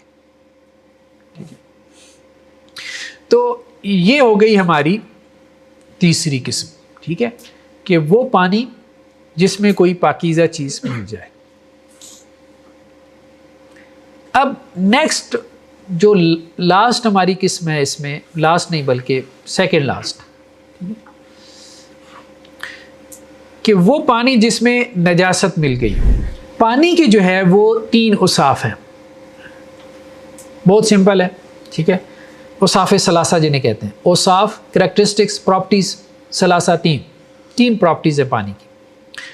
رنگ, بو اور ذائقہ, ٹیسٹ, کلر اور آرڈر. پانی کا ایک کلر ہے, کچھ لوگ کہتے ہیں پانی کلر لیس ہے, بھلے کلر لیس جو مرضی آپ کہہ لو, بہرحال پھر بھی اس کا ایک کلر ہے. ٹھیک ہے. دوسرا کیا ہے, پانی کا ایک ٹیسٹ ہے. نابینا آدمی بھی آپ اس کو پیپسی دیں گے, چائے دیں گے, لسی دیں گے, پانی دیں گے تو وہ فرق کر پائے گا نا, اس کا ایک ٹیسٹ ہے, بھلے آپ اس کو ٹیسٹ لیس کہہ دیں. ٹھیک ہے. پانی کا ایک جو ہے وہ آپ کہہ لیں کہ جی ایک بو ہے, اس کی آرڈر. ٹھیک ہے. تو یہ 3 جو ہے وہ اوصاف ہیں پانی کے. اگر پانی میں نجاست گر جائے, پہلا کیس کیا ہے, اوصاف ثلاثہ تبدیل ہو, یعنی اگر پانی میں نجاست گری ہے اور کوئی ایک پراپرٹی چینج ہو گئی, کوئی ایک پراپرٹی, مثال کے طور پہ نجاست گرنے سے پانی نے کیا کیا, اپنا کلر چینج کر لیا. نجاست گرنے سے پانی میں بدبو پیدا ہو گئی. نجاست گرنے سے پانی جو ہے وہ ذائقہ دینے لگ گیا. ٹھیک ہے. اب جیسے دیکھیں نا کہ بعض اوقات ہمارا پاکستان کی صورتحال تو ایسی ہے نا, یہ واسا کی جو لائنیں آ رہی ہوتی ہیں بعض اوقات گٹر کے ساتھ مکس ہو جاتی ہیں. ٹھیک ہے. تو وہ پانی جب گھر میں آتا ہے, ہاں وہ اسمیل بھی دیتا ہے اور پھر اپنا کلر بھی چینج کرتا ہے, اور ذائقہ تو ظاہری بات ہے اس نے دینا ہی ہے. تو پھر تو وہ نجس ہی نجس ہے, اس میں ایگریڈ اپان ہے. ٹھیک ہے. اگر ایک وصف بھی, ضروری نہیں تینوں چینج ہوں, ایک وصف بھی چینج ہو جائے تو وہ پانی نجس ہے, وہ ہم استعمال نہیں کر سکتے. ٹھیک ہے. ہاں, اب سیکنڈ سینیریو یہ ہوا ہے کہ کوئی وصف چینج نہ ہو. اس کا مطلب یہ ہوگا کہ وہ پانی زیادہ ہوگا اور نجاست کیا ہوگی, کم ہوگی, جس کی وجہ سے وہ پانی کا وصف جو ہے وہ چینج نہیں ہو. کوئی بھی وصف چینج نہیں ہوا. پانی نے نہ بدبو چھوڑی, نہ اس نے ذائقہ دیا. ٹھیک ہے. نہ اس میں اسمیل آ رہی ہے, نہ وہ آپ کو کوئی ذائقہ دے رہا ہے, اور نہ ہی اس کا کوئی کلر چینج ہو رہا ہے. اب دوسرا سینیریو یہ، تو یہ تبھی ممکن ہوگا کہ جب وہ نجاست کم ہو اور پانی زیادہ ہو. کمپیریٹیولی ہم بات کر رہے ہیں، ٹھیک ہے. اب اس میں فقہا کا اختلاف ہوا ہے. پہلے میں تو ایگریڈ اپان ہے، کوئی ایک وصف بھی چینج ہو گیا تو وہ پانی کیا ہے؟ نجس ہے. ٹھیک ہے. ہاں اگر پانی کا وصف چینج نہیں ہوا لیکن آپ کو پتہ ہے، اب دیکھیں نا اوپر ٹینکی 500 گیلن کی پڑی ہے، ایک چڑیا نے بیٹ کر دی تو پانی کو کیا پتہ چلنا ہے؟ ٹھیک ہے، کچھ بھی نہیں پتہ چلے گا. ایسے ہی تو اگر تو کوئی وصف چینج نہ ہو تو پھر اس میں دو صورتیں ہیں. یعنی فقہا کا جو اختلاف ہے ہم اس کو ذرا سمجھنے کی کوشش کریں. تھوڑا پانی اور زیادہ پانی. کچھ فقہا ایسے ہیں جنہوں نے یہ فرق کیا ہے. وہی بات جو ہم نے کہی تھی نا کہ وہ کیوں نہیں ہوا، تو وہ اسی طرف لے گئے بات کو. وہ کہتے ہیں اگر تو پانی زیادہ ہے، ٹھیک ہے، پھر وہ پانی نجس نہیں ہوگا، اور اگر پانی کم ہے تو وہ نجس ہو جائے گا. اب سوال یہ پیدا ہوا، بلکہ آپ کے ذہن میں بھی آ رہا ہوگا، تھوڑا زیادہ کیا ہوتا ہے، کیسے ڈیفائن کریں گے؟ پھر انہوں نے اپنے اپنے پیرامیٹرز بنائے. امام شافعی علیہ الرحمہ نے کہا کہ 2 مٹکے پانی ہو، 2 مٹکے. وہ پیچھے ایک حدیث ہے وہ ہم دیکھتے ہیں کہ اگر پانی 2 مٹکے ہو، ابھی تو خیر وہ مٹکے نہیں ہوتے لیکن شاید گاؤں میں دیہات میں ابھی بھی ہوتا ہے کہ وہ جو ٹی سٹال ہوتے ہیں نا، تو وہاں وہ مٹی کے جو ہے نا اتنے بڑے بڑے اس سائز کے مٹی کے مٹکے پڑے ہوتے تھے. ٹھیک ہے، تو جس میں پانی پڑا ہوتا تھا، لوگ آتے جاتے پانی پیتے تھے. تو وہ 2 مٹکے جو ہے وہ پانی، امام شافعی علیہ الرحمہ نے کہا کہ 2 مٹکے پانی ہو تو وہ زیادہ ہے، اگر 2 مٹکوں سے کم ہو تو وہ تھوڑا ہے. یعنی امام شافعی کیا کہہ رہے ہیں کہ زیادہ پانی ہو تو وہ پاک رہے گا، تھوڑا پانی ہوگا تو وہ نجس ہو جائے گا. امام ابو حنیفہ علیہ الرحمہ نے کہا کہ پانی جو ہے نا زیادہ، وہ 10/10، بعض روایتوں میں یہ ہے کہ 10/10 کا تالاب ہو، پونڈ ہو. مطلب اس وقت تو ہاتھ چلتا تھا نا، ایک ہاتھ، یہ ایک ہاتھ ہوتا ہے، اس کو 1 فٹ آپ کہہ لیں. ٹھیک ہے، تو 10/10 کا جو ہے آپ کہہ لیں، یعنی اس کی ہم وڈتھ اور اس کی لینتھ کی بات کر رہے ہیں نا، تو اتنا پانی ہو. ٹھیک ہے، ہاں وہ بھی اتنی تقریباً. تو اتنا پانی ہو 10/10 کا، تو وہ جو ہے وہ پاک ہے. اور اس سے کم ہو تو وہ ناپاک ہے. اور اس کی دلیل کیا؟ وہی قیاس. مطلب ہم قیاس سے یہ زیادہ کیا ہوتا ہے، تھوڑا کیا ہوتا ہے. اب ظاہری بات ہے یہ چیزیں ریلیٹو ہو جائیں گی نا، بہت ساری چیزیں ریلیٹو ہوتی ہیں. ہو سکتا ہے میرے نزدیک ایک چیز تھوڑی ہو، آپ کے نزدیک وہ زیادہ ہو. بعض جو ہے وہ فقہ حنفی میں بعض روایتوں میں یہ بھی ہے کہ اتنا پانی ہو کہ اگر ایک طرف سے، وہ کہتے ہیں نا کہ آپ اس کو ایسے ہلائیں تو ایک لہر پیدا ہوتی ہے نا، ہاں، تو وہ جو ہے وہ لہر جو ہے وہ درمیان میں ختم ہو جائے. ٹھیک ہے، تو خیر لیکن عام طور پہ معروف یہی ہے 10/10 کا ہی ہے، زیادہ تر معروف یہی. سر ایک سوال ہے جی، اس میں نجاست کی مقدار بھی تو کم زیادہ ہو سکتی ہے. ہاں ہم پانی کو تو ڈیفائن کر رہے ہیں کہ جی. اتنا 2 مٹکی ہے تو پانی زیادہ ہے، 10/10 تو پانی زیادہ ہے. جی جی. نجاست اگر کم ہے یا زیادہ تو پھر اس کے حوالے سے دیکھیں اس میں ایک گفتگو تو انہوں نے پہلے کر دی. یہ سوال یہ آیا ہے کہ اگر نجاست جو ہے وہ کم اور زیادہ ہو تو اس سے مسئلے میں کیا فرق پڑے گا. یہ تو ابھی ہم پانی کی بات کر رہے ہیں نا، کم اور زیادہ کی. دیکھیں اگر تو نجاست زیادہ ہوگی نا تو وہ آٹومیٹیکلی پانی کیا کرے گا، اپنا کوئی وصف چینج کر دے گا. ٹھیک ہے، ہم نے خود نجاست خود ایبسلیوٹلی اس کو نہیں دیکھنا، ہم نے پانی کے کمپیریزن میں اس کو دیکھنا ہے نجاست کو. یہ بات اہم ہے کیونکہ پانی کی طہارت کی بات ہو رہی ہے نا، محض نجاست کی بات نہیں ہو رہی. تو اس لیے ہم اس کو جسے کہتے ہیں نا راست تناسب جسے کہتے ہیں، ریشو جو اس کی جو بنتی ہے، پروپورشن بنتا ہے اس کا، میتھس میں ہم پڑھتے ہیں تو وہ دو چیزوں کی جو ریشو اور پروپورشن بنے گی نا، اس اعتبار سے جو ہے وہ مسئلہ حل ہوگا، نجاست کا اور پانی کا۔ تو اس میں اگر نجاست زیادہ ہوگی پانی کی نسبت سے تو وہ اپنا کو پانی وصف تبدیل کر جائے گا، تو وہ مسئلہ انہوں نے وہاں حل کر لیا۔ اس کو انہوں نے کیا کہہ دیا، کیونکہ وہ پھر وہ نجاست غالب آ جائے گی نا، اگر نجاست غالب آ گئی پانی پہ تو اب اس کا حکم نجاست کا ہے، جب پانی اس پہ غالب ہے نجاست پہ تو اب اس کا حکم کیا ہے، پانی کا ہے۔ تو خیر اس میں ایک تو ہم نے کہا کہ کچھ فقہا ایسے ہیں جو یہ کہتے ہیں کہ ہم تھوڑے اور زیادہ پانی میں کیا کریں گے، فرق کریں گے، اور تھوڑے پانی کو ہم کہیں گے کہ یہ نجس ہے، اور زیادہ پانی کو ہم کیا کہیں گے، یہ پاک ہے۔ تو امام شافعی نے کہا کہ 2 مٹکے یا اس سے زیادہ ہو تو وہ زیادہ پانی ہے، امام ابو حنیفہ نے کہا کہ 10/10 یہ ہو تو وہ پانی پاک ہے۔ اس میں ایک تیسرا موقف ہے امام مالک کا۔ امام مالک کہتے ہیں کہ یہ تھوڑے اور زیادہ پانی کی جو تقسیم ہے نا، یہ بھی تکلف ہے، یہ بھی تکلف ہے۔ اگر تو کوئی وصف چینج نہیں ہوا تو اس کا مطلب یہ ہے کہ پانی غالب ہے، پانی کا وصف نجاست کے اوپر غالب ہے، تو اس لیے وہ پانی پاک ہے، وہ تھوڑے اور زیادہ کی تقسیم نہیں کرتے۔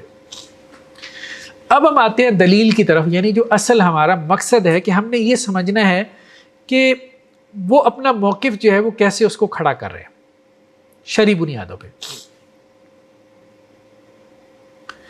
حضرت ابو ہریرہ رضی اللہ عنہ سے روایت ہے کہ ایک بدو جو ہے وہ اللہ کے رسول صلی اللہ علیہ وسلم کے پاس آیا، ٹھیک ہے، مسجد نبوی میں ایک بدو آیا، بدو سے مراد جسے ہم دیہاتی کہہ دیتے ہیں، ٹھیک ہے۔ تو وہ آپ کی مجلس میں بیٹھا رہا، اور اس کے بعد جب وہ اٹھا ہے، مطلب پہلی مرتبہ آیا تھا، تو اس نے مسجد نبوی میں ایک طرف منہ کر کے کھڑے ہو کے پیشاب کرنا شروع کر دیا، نہیں پتا تھا اس کو۔ کچھ صحابہ جو ہے وہ اس کو مارنے کے لیے دوڑے، تو آپ صلی اللہ علیہ وسلم نے فرمایا دعو، چھوڑ دو، ایسے کچھ کہنا نہیں۔ تو آپ صلی اللہ علیہ وسلم نے دوسری بات کیا فرمائی، وَأَرِيكُ عَلَى بَوْلِهِ سِجْلًا مِّن مَّاءٍ، یعنی جو لوگ مارنے کے لیے دوڑے تھے ان کو کہا کہ ایک پانی کا ڈول لے آؤ اور اس کے پیشاب کے اوپر بہا دو، ٹھیک ہے۔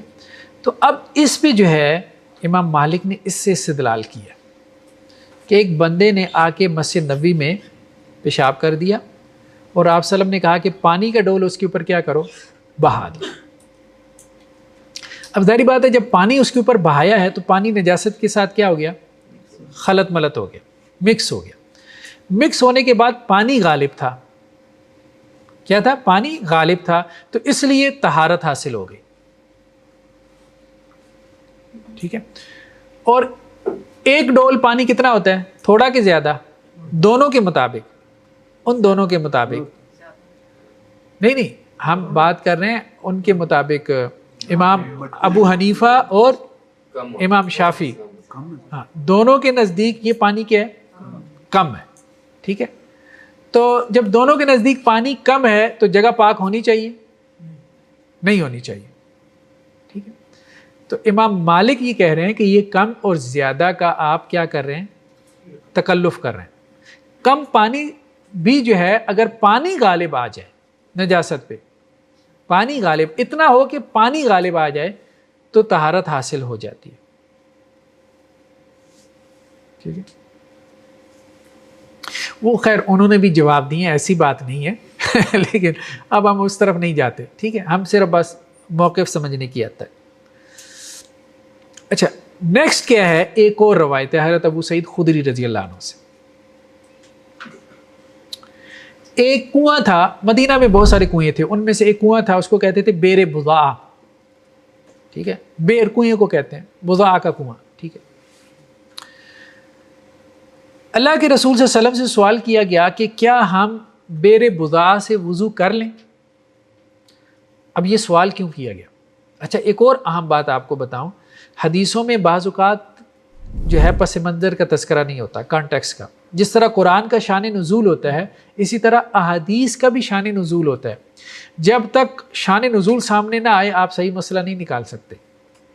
اب حدیث میں صرف اتنا ہے کہ آپ صلی اللہ علیہ وسلم سے سوال ہوا کہ بیر بضاعت سے وضو کر لیں، آپ نے کہا کر لو. اب آپ کو کیا سمجھ میں آئی؟ آپ تو پہلے ہی کہیں کہ یار کنویں سے وضو ٹھیک ہے کر لیں کنویں سے، کیا مسئلہ ہے. تو ایسا نہیں ہے، عالم یہاں پہ نہیں رکتا، وہ پیچھے بیک گراؤنڈ میں جاتا ہے. جیسے قرآن کی آیات کا وہ شان نزول دیکھتا ہے، اسی طرح اس کا بھائی سوال پیدا کیوں ہوا؟ کنواں تھا، یہ سوال آیا کیوں ہے، وجہ کیا تھی؟ تو اصل میں یہ کنواں تھا نشیب میں، اور اس سے تھوڑا ہٹ کے جو ہے وہ لوگ کچھ کوڑا کرکٹ پھینک دیتے تھے. ہوتا یہ تھا کہ جب بارش ہوتی تھی تو سیلابی ریلا آتا تھا، تو اس کی وجہ سے وہ پانی اور بعض اوقات وہ کوڑا کرکٹ بھی وہاں کنویں میں جا کے گر جاتا تھا.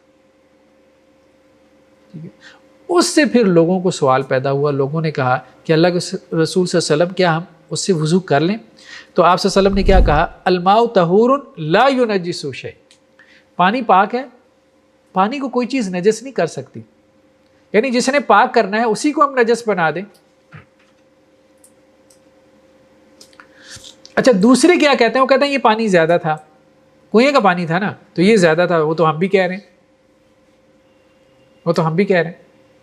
ٹھیک ہے.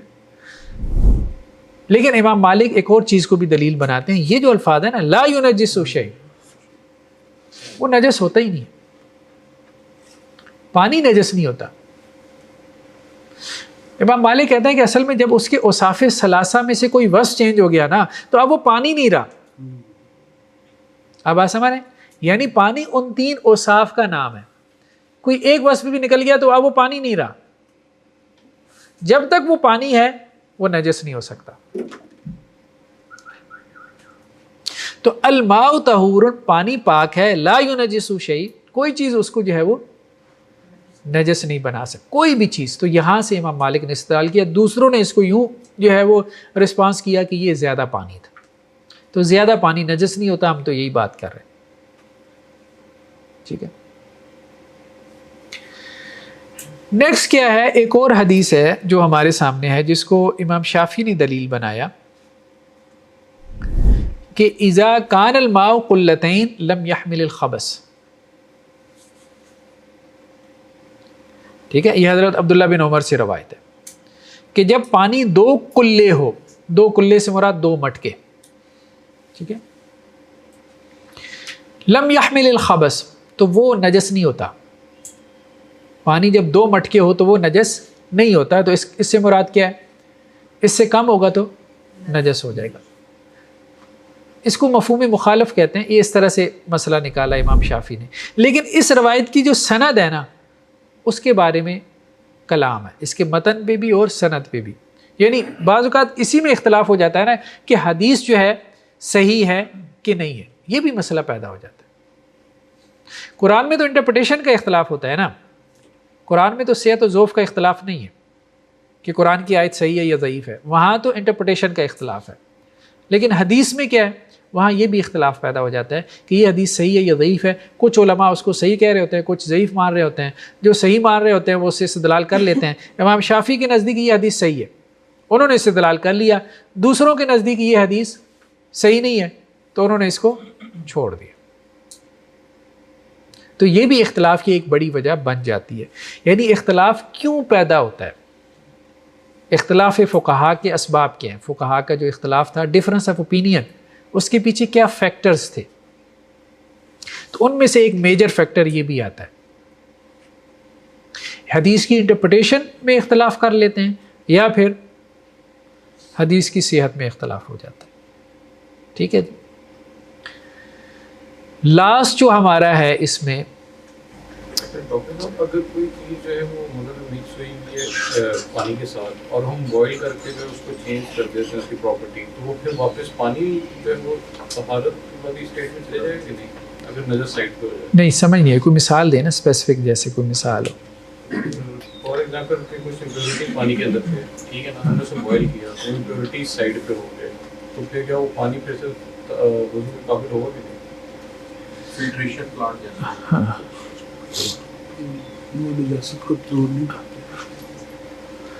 یہ ان کا کوشچن یہ ہے کہ اگر پانی جو ہے وہ اس میں نجاست مل گئی ہے اور بعد میں ہم نے کچھ فلٹر وغیرہ لگا کے اس نجاست کو دور کر دیا.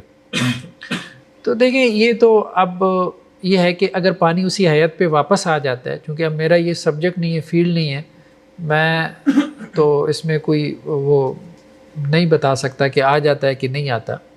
لیکن اگر تو ایسا ہے کہ وہ امپیور جو ایلیمنٹس ہیں، جو نجاست ہے، گندگی ہے، وہ اس سے دور ہو جاتی ہے، پانی اپنی اصل حیت پہ آ جاتا ہے جو کہ مطلق پانی کی حیت ہے، تو پھر وہ پاک پانی ہے.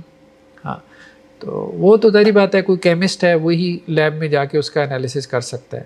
ٹھیک، ویسے ہی پانی میں بہت زیادہ ایلیمنٹس ہوتے ہیں، میرے خیال میں کافی زیادہ ہوتے ہیں، منرلز وغیرہ ہیں، تو تجزیہ کیا جا سکتا ہے لیب میں. یہ بات ٹھیک ہے کہ تجزیہ کیا جا سکتا ہے. مضر صحت جو کیمیکلز ہوتے ہیں وہ نجاست میں تو نہیں ہوتے، وہ نجاست میں ہی ہیں. بعض دفعہ جو فلٹر پلانٹ ہیں یہ ان ہارمفل کیمیکلز کو بھی کرتے ہیں نا. ہاں یہ ایک سوال آیا ہے کہ مضر صحت جو ہے، جو کیمیکلز ہیں، کیا وہ نجاست میں آئیں گے؟ دیکھیں نجاست ہمارا اس کے بعد کا ٹاپک ہے کہ خود نجاست کیا ہے. یہ تو ابھی ہم پڑھ رہے ہیں پانی جس سے ہم نے نجاست کو زائل کرنا ہے. سیکنڈ ہم یہ سمجھیں گے کہ شریعت میں نجاست کس کو کہا گیا، اس کی پھر 13 قسمیں ہیں. ٹھیک ہے، وہ ہم نیکسٹ لیکچر میں ڈسکس کریں گے. تو اس میں یہ سوال اچھے سے ایڈریس ہو جائے گا کہ کیا نجس ہے، کیا نجس نہیں ہے. تو جھوٹا پانی جو ہے، اس میں ایک تو یہ ہے کہ آدمی کا جھوٹا، ٹھیک ہے، انسان کا جھوٹا. دوسرا حلال جانور، اس کا جھوٹا. ٹھیک ہے، جیسے گھروں میں لوگوں نے بلیاں پال رکھی ہوتی ہیں، وہ تو خیر حرام میں آ جاتا ہے، آگے آ جاتا ہے. ویسے کوئی مطلب کوئی حلال جانور جیسے گھر میں پال رکھا ہو، گھوڑا یا بکریاں وغیرہ، بھیڑ بکریاں وغیرہ، گائے بھینس وغیرہ. گاؤں دیہات میں تو بہت عام ہوتا ہے نا، وہاں تو عام ہے. بلکہ وہاں تو دیکھیں نا، اب پانی کے مسائل ہیں نا، خاص طور پہ آپ تھر پارکر میں چلے جائیں، جہاں پانی پہلی ہی وافر مقدار میں ہے، وہاں تو یہ سوال پیدا نہیں ہوگا. ٹھیک ہے، مطلب آپ کہیں گے سر یہ کیا بات ہوئی، جانور جو ہے وہ اس نے پانی پی لیا، تو وہ بکری جو ہم نے اس کو ذبح کرنا ہے بکرے کو عید الاضحیٰ پہ، تو اس کا جھوٹا ہم کیوں پئیں گے؟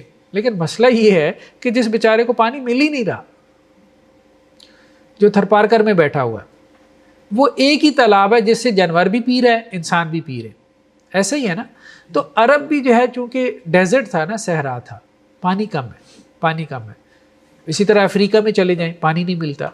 تو ہر جگہ ایک جیسی صورتحال نہیں ہے، ہر جگہ ایک جیسی نہیں ہے. اب تو خیر شہروں میں بھی اب دیکھیں کراچی میں کیا صورتحال ہے، لوگ ٹینکرز کا پانی استعمال کرتے ہیں. تو آہستہ آہستہ جو ہے نا، جس طرح سے پانی کو ضائع کیا جا رہا ہے، تو زیر زمین جو اس کے ذخائر ہیں متاثر ہو رہے ہیں. تو حلال جانور جو ہے اگر پانی پی لے تو اس کا بچا ہوا پانی ہم استعمال کر سکتے ہیں کہ نہیں. ٹھیک ہے. تیسرا کیا ہے، حرام جانور. حرام میں جیسے بلی آ گئی، یا گھروں میں لوگوں نے رکھوالی وغیرہ کے لیے کتا رکھا ہوتا ہے. ٹھیک ہے. نیکسٹ کیا ہے جی، ہمارے پاس سؤر الآدمی، وہی جو ہم نے کہا آدمی کا، انسان کا جھوٹا. تو اب اس میں کچھ لوگوں نے یہ سوال پیدا کیا کہ انما المشرکون نجس. قرآن میں کیا آتا ہے کہ مشرک نجس ہے. جب مشرک نجس ہے تو اس کا جھوٹا بھی کیا ہے، نجس ہے. لیکن فقہا کی رائے یہ ہے کہ نہیں، جھوٹا نجس نہیں ہے. یہ جو مشرک کو نجس کہا گیا ہے نا، یہ اس وجہ سے نہیں کہ ظاہری نجاست ہے، یہ اس کی باطنی نجاست کی طرف اشارہ ہے، یعنی عقیدے کی نجاست. اس کی سوچ گندی ہے، آپ یوں کہہ لیں، اس کی سوچ گھٹیا ہے، اس میں غلاظت ہے. جو مشرک کی سوچ ہے نا کہ اس نے اللہ کے ساتھ پارٹنر بنا لیا، شریک بنا لیا، یہ اس کی سوچ جو ہے یہ گندی ہے. باقی یہ ہے کہ آپ یوں کہیں کہ جی میں نے کسی نان مسلم سے مصافحہ کیا تو اب جا کے 7 مرتبہ صابن سے ہاتھ دھوں تبھی پاک ہوں گا. نہیں، یہ نہیں، یہ نہیں. یعنی اس کی باڈی جو ہے وہ تو نجس نہیں، وہ نجس نہیں. تو اس لیے نان مسلم کا جھوٹا جو ہے وہ پاک ہے. اور قرآن میں جو نجاست مراد ہے وہ یہی نجاست مراد ہے. کیوں؟ اس میں اب دیکھیں نا، قرآن کی ایک اور مقام پہ بتوں کو بھی کہا گیا ہے. کہ یہ نجس ہے بت. اب بت کیا ہے؟ مطلب ایک طرح سے اگر چھوٹا بت ہے، چھوٹے بڑے ہر سائز کے مل جاتے ہیں تو وہ کیا ہے؟ وہ ایک طرح سے ٹائے ہے، بچوں کا کھلونا ہے. اور کیا ہے؟ کھلونا ہی تو ہے نا. اب اس کو ہاتھ لگانے سے کیا ہاتھ ناپاک ہو جائیں گے؟ مٹی کا بنا ہے، پلاسٹک کا بنا ہے، کسی بھی چیز کا بنا ہوا ہے تو مٹی پاک ہے، لیکن اس کو نجاست کہا گیا. تو وہ مراد کیا ہے؟ باطنی نجاست، عقیدے کی نجاست. ٹھیک ہے، ورنہ تو وہ مٹی ہے نا. بت کیا ہے؟ ایک مٹی ہے، اس کو ہاتھ لگ گیا تو ظاہری بات ہے مٹی کو ہاتھ لگانا. اس کا مطلب یہ تو نہیں کہ میرا ہاتھ گندا ہو گیا. باقی اس سے دور رہنا ہے. ہاں یہ ضرور کا ہے کہ اس سے دور رہو، اس کو ٹچ نہ کرو. لیکن کس وجہ سے؟ مانوی نجاست مراد ہے، حسی نہیں. مطلب ایک حسی نجاست ہوتی ہے نا جو ظاہر میں نظر آ رہی ہے، اور ایک مانوی نجاست ہے. ہم نے کہا تھا جیسے ایک ظاہری طہارت ہے، ایک باطنی ہے. اسی طرح نجاست بھی دو طرح کی ہے، ایک ظاہری نجاست ہے، ایک باطنی نجاست ہے. تو مشرک کی جو نجاست ہے وہ باطنی نجاست ہے. تو انما المشرکون نجس، مشرک جو ہے وہ نجس ہے، ان کی سوچ گندی. اسی طرح سے دوسرا آ جاتا ہے، کوئی آدمی حالت جنابت میں ہے، ناپاکی کی حالت میں ہے، یا جیسے فیمیلز ہیں تو مینسز وغیرہ میں ہیں، تو اس میں بھی جھوٹا نجس نہیں ہے. جھوٹا نجس نہیں. تو جب وہاں پہ نجس نہیں ہے تو عام آدمی کا جھوٹا کیسے نجس ہوگا؟ یعنی زیادہ سے زیادہ شبہ وہاں پڑ سکتا ہے نا، نان مسلم میں ہو سکتا ہے، یا ایک آدمی ناپاکی کی حالت میں ہے جس کو شریعہ میں کہا گیا کہ یہ ناپاکی کی حالت میں ہے. تو جب اس کا جھوٹا نجس نہیں ہے تو عام آدمی یا عام مسلمان اس کا جھوٹا جو ہے وہ نجس نہیں ہو سکتا. ٹھیک ہے.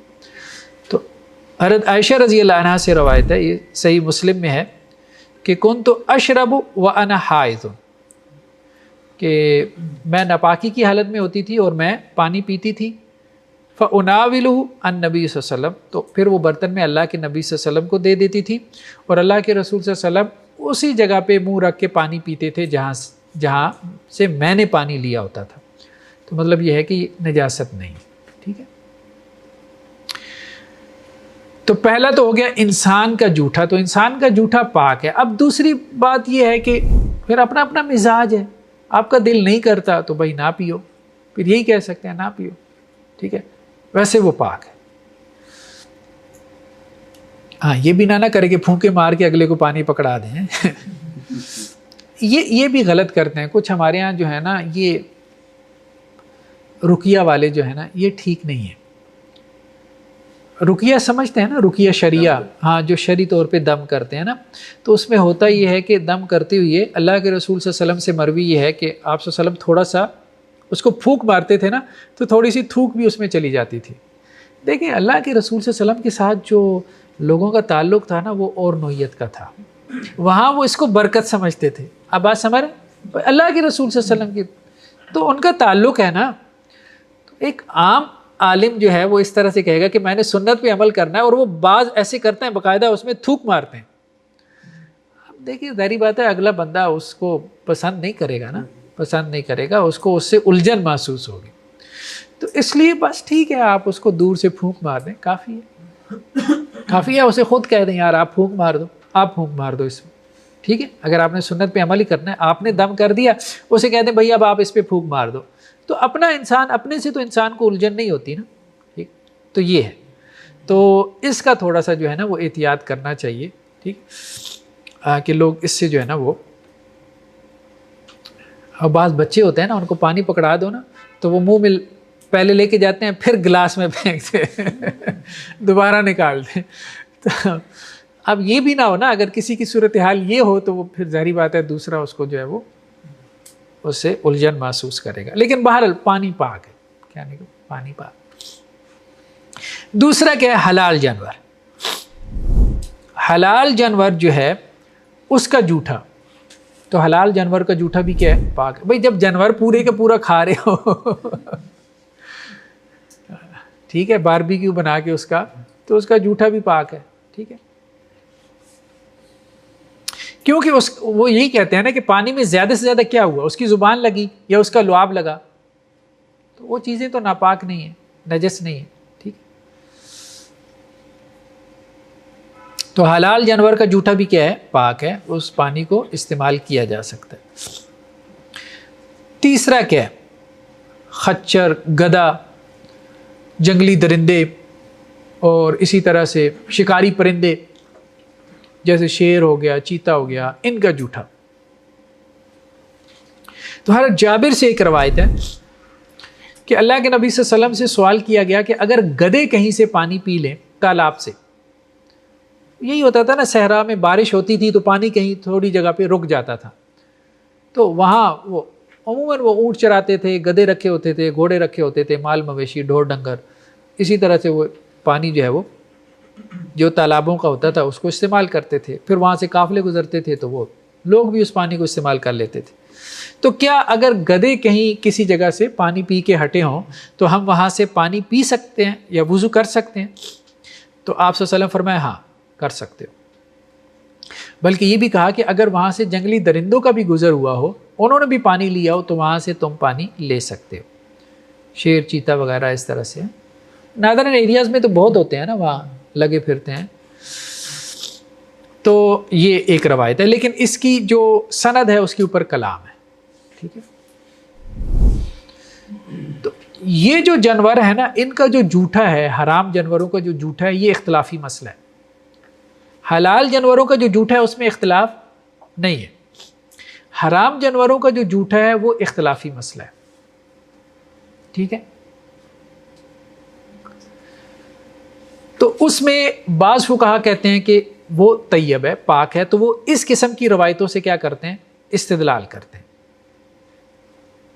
تو یہ جو روایات ہیں ان کی سند پہ اگرچہ کلام ہے، لیکن یہ اور بھی ہیں، تو مل کے ایک بات مجموعی طور پہ ثابت ہو جاتی ہے، ٹھیک۔ اسی طرح ایک اور روایت ہے حضرت عمر سے، وہ یہ کہتے ہیں کہ میں اللہ کے رسول صلی اللہ علیہ وسلم کے ساتھ ایک سفر میں تھا نا، تو رات ہم نے جو ہے وہ ایک جگہ پہ گزاری، جہاں پانی دیکھتے تھے نا تو عرب وہاں ڈیرا ڈال لیتے تھے پانی کے قریب۔ پانی ایک بنیادی ضرورت ہے، ایون آپ دیکھیں نا پرانی جتنی تہذیبیں ہیں وہ سب دریاؤں یا سمندروں کے قریب آباد ہیں، پرانے شہر۔ تو وہ تالاب کے پاس سے جب ہمارا گزر ہوا تو ہم نے وہاں رات گزاری، کیونکہ وہاں ایک اور صاحب بھی تھے جنہوں نے وہاں ڈیرا لگایا ہوا تھا۔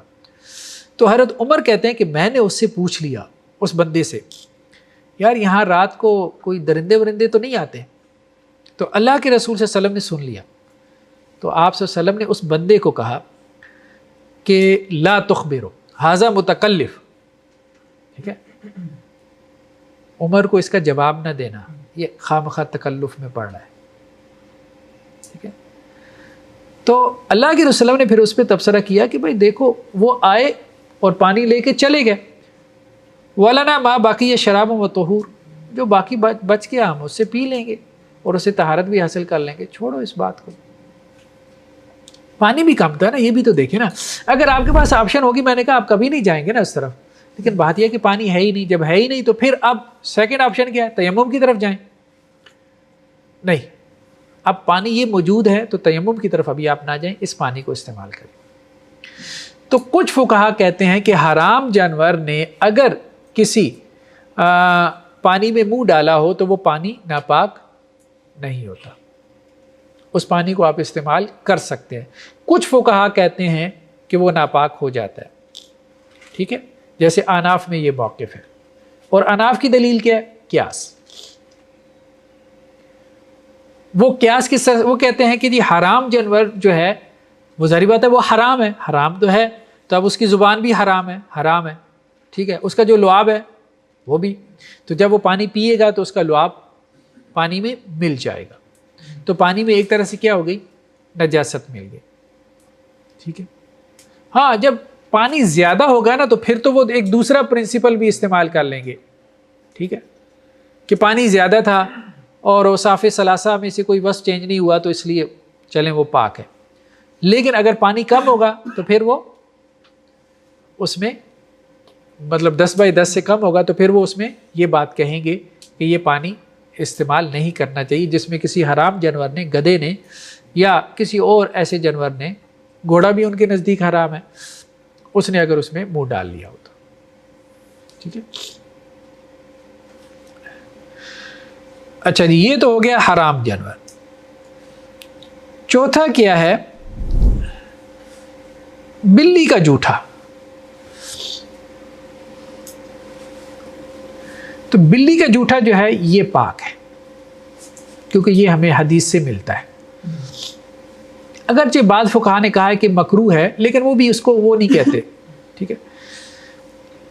اس میں ایک حدیث ہے حضرت ابو قتادہ سے کہ وہ وضو کر رہے تھے، ٹھیک ہے، جیسے ہمارے ہاں وہ لوٹے سے وضو کرتے ہیں نا بزرگ، تو وہ اس طرح سے وضو کر رہے تھے ایک برتن سے، تو بلی آئی ہے، تو انہوں نے وہ وضو والا برتن اس بلی کے آگے کر دیا، اور بلی نے اس میں سے پانی پیا۔ جب پانی پی لیا تو انہوں نے دوبارہ اس سے وضو کیا، تو ان کی مسز دیکھ رہی تھی، تو وہ کہنے لگی کہ یہ کیا کر رہے ہیں آپ؟ تو انہوں نے کہا کہ آپ تعجب نہ کرو، ٹھیک ہے، اللہ کے رسول صلی اللہ علیہ وسلم نے کہا ہے انہا لیست بنجس انہا من الطوافین علیکم والطوافات۔ آپ صلی اللہ علیہ وسلم نے فرمایا کہ اس کا جوٹا نجس نہیں ہے۔ کیوں؟ کیونکہ بلی تمہارے گھر میں بہت زیادہ چکر لگاتی ہے، اگر اس کا جوٹا نجس کر دیا جاتا ہے تو تم بہت مشقت میں پڑ جاتے، وہ ہر وقت ہی گھروں میں لگی پھرتی ہیں، تو جہاں مشقت آتی ہے وہاں دین میں آسانی پیدا ہو جاتی ہے۔ یہ بھی ایک پرنسپل ہے، ٹھیک ہے۔ مقاصد شریعت میں ہم یہ پڑھتے ہیں، جو آبجیکٹیوز ہیں جب ہم ان کو اسٹڈی کرتے ہیں تو اس میں یہ پڑھتے ہیں۔ تو بلی کا جوٹا، ہاں اب یہ ایک علیحدہ بات ہے کہ آپ کا دل نہیں کر رہا، علیحدہ بات، ٹھیک ہے، نہیں کر رہا تو بھائی وہ تو بعض اوقات جو ہے وہ بہت ساری چیزوں کو دل نہیں کرتا، ٹھیک ہے۔ نیکسٹ کیا ہے؟ سور الکلب والخنزیر، خنزیر اور کتے کا جوٹا۔ خنزیر تو ظاہری بات ہے نجس ہے، خنزیر کے بارے میں قرآن میں آتا ہے نا، باقاعدہ لفظ ہے، ٹھیک ہے، حرام بھی ہے اور ساتھ میں کیا ہے؟ نجس ہے، نجس العین ہے، پورے کا پورا نجس ہے، گندگی ہے، اس کا تو جوٹا پاک نہیں ہے، ٹھیک ہے، سور کا جوٹا پاک نہیں ہے، پگ جسے کہتے ہیں۔ ہاں کتا جو ہے نا، کتے کے بارے میں بھی میجورٹی آف دی فقہا یہی کہتی ہے کہ اس کا جوٹا بھی پاک نہیں ہے، یہی بات صحیح معلوم ہوتی ہے، لیکن امام مالک کہتے ہیں کہ کتے کا جوٹا پاک ہے۔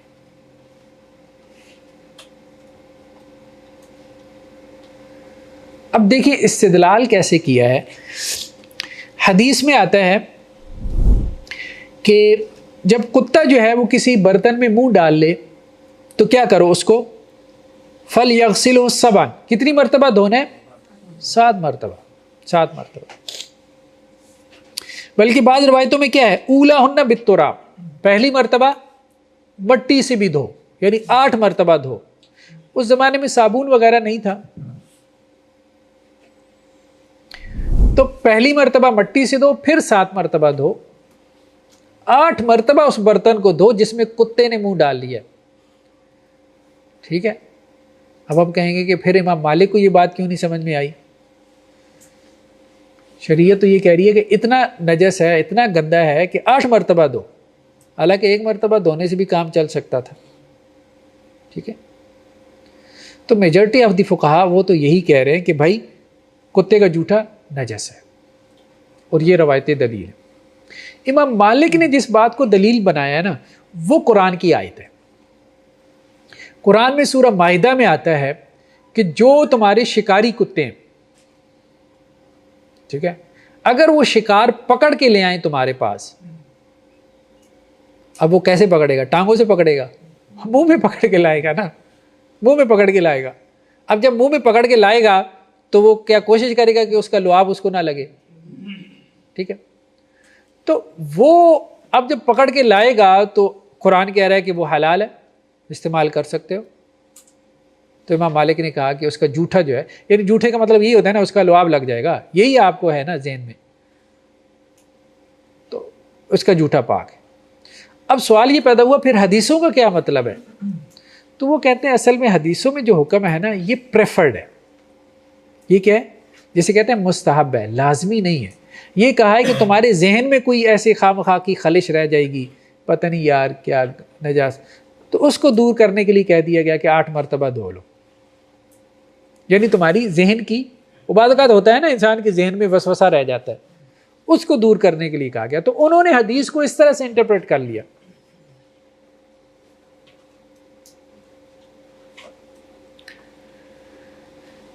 یہ تھا کتے اور خنزیر کی بارے میں. تو آج ہمارا جو ابھی ایک ٹاپک ہم نے ڈسکس کیا ہے پانی.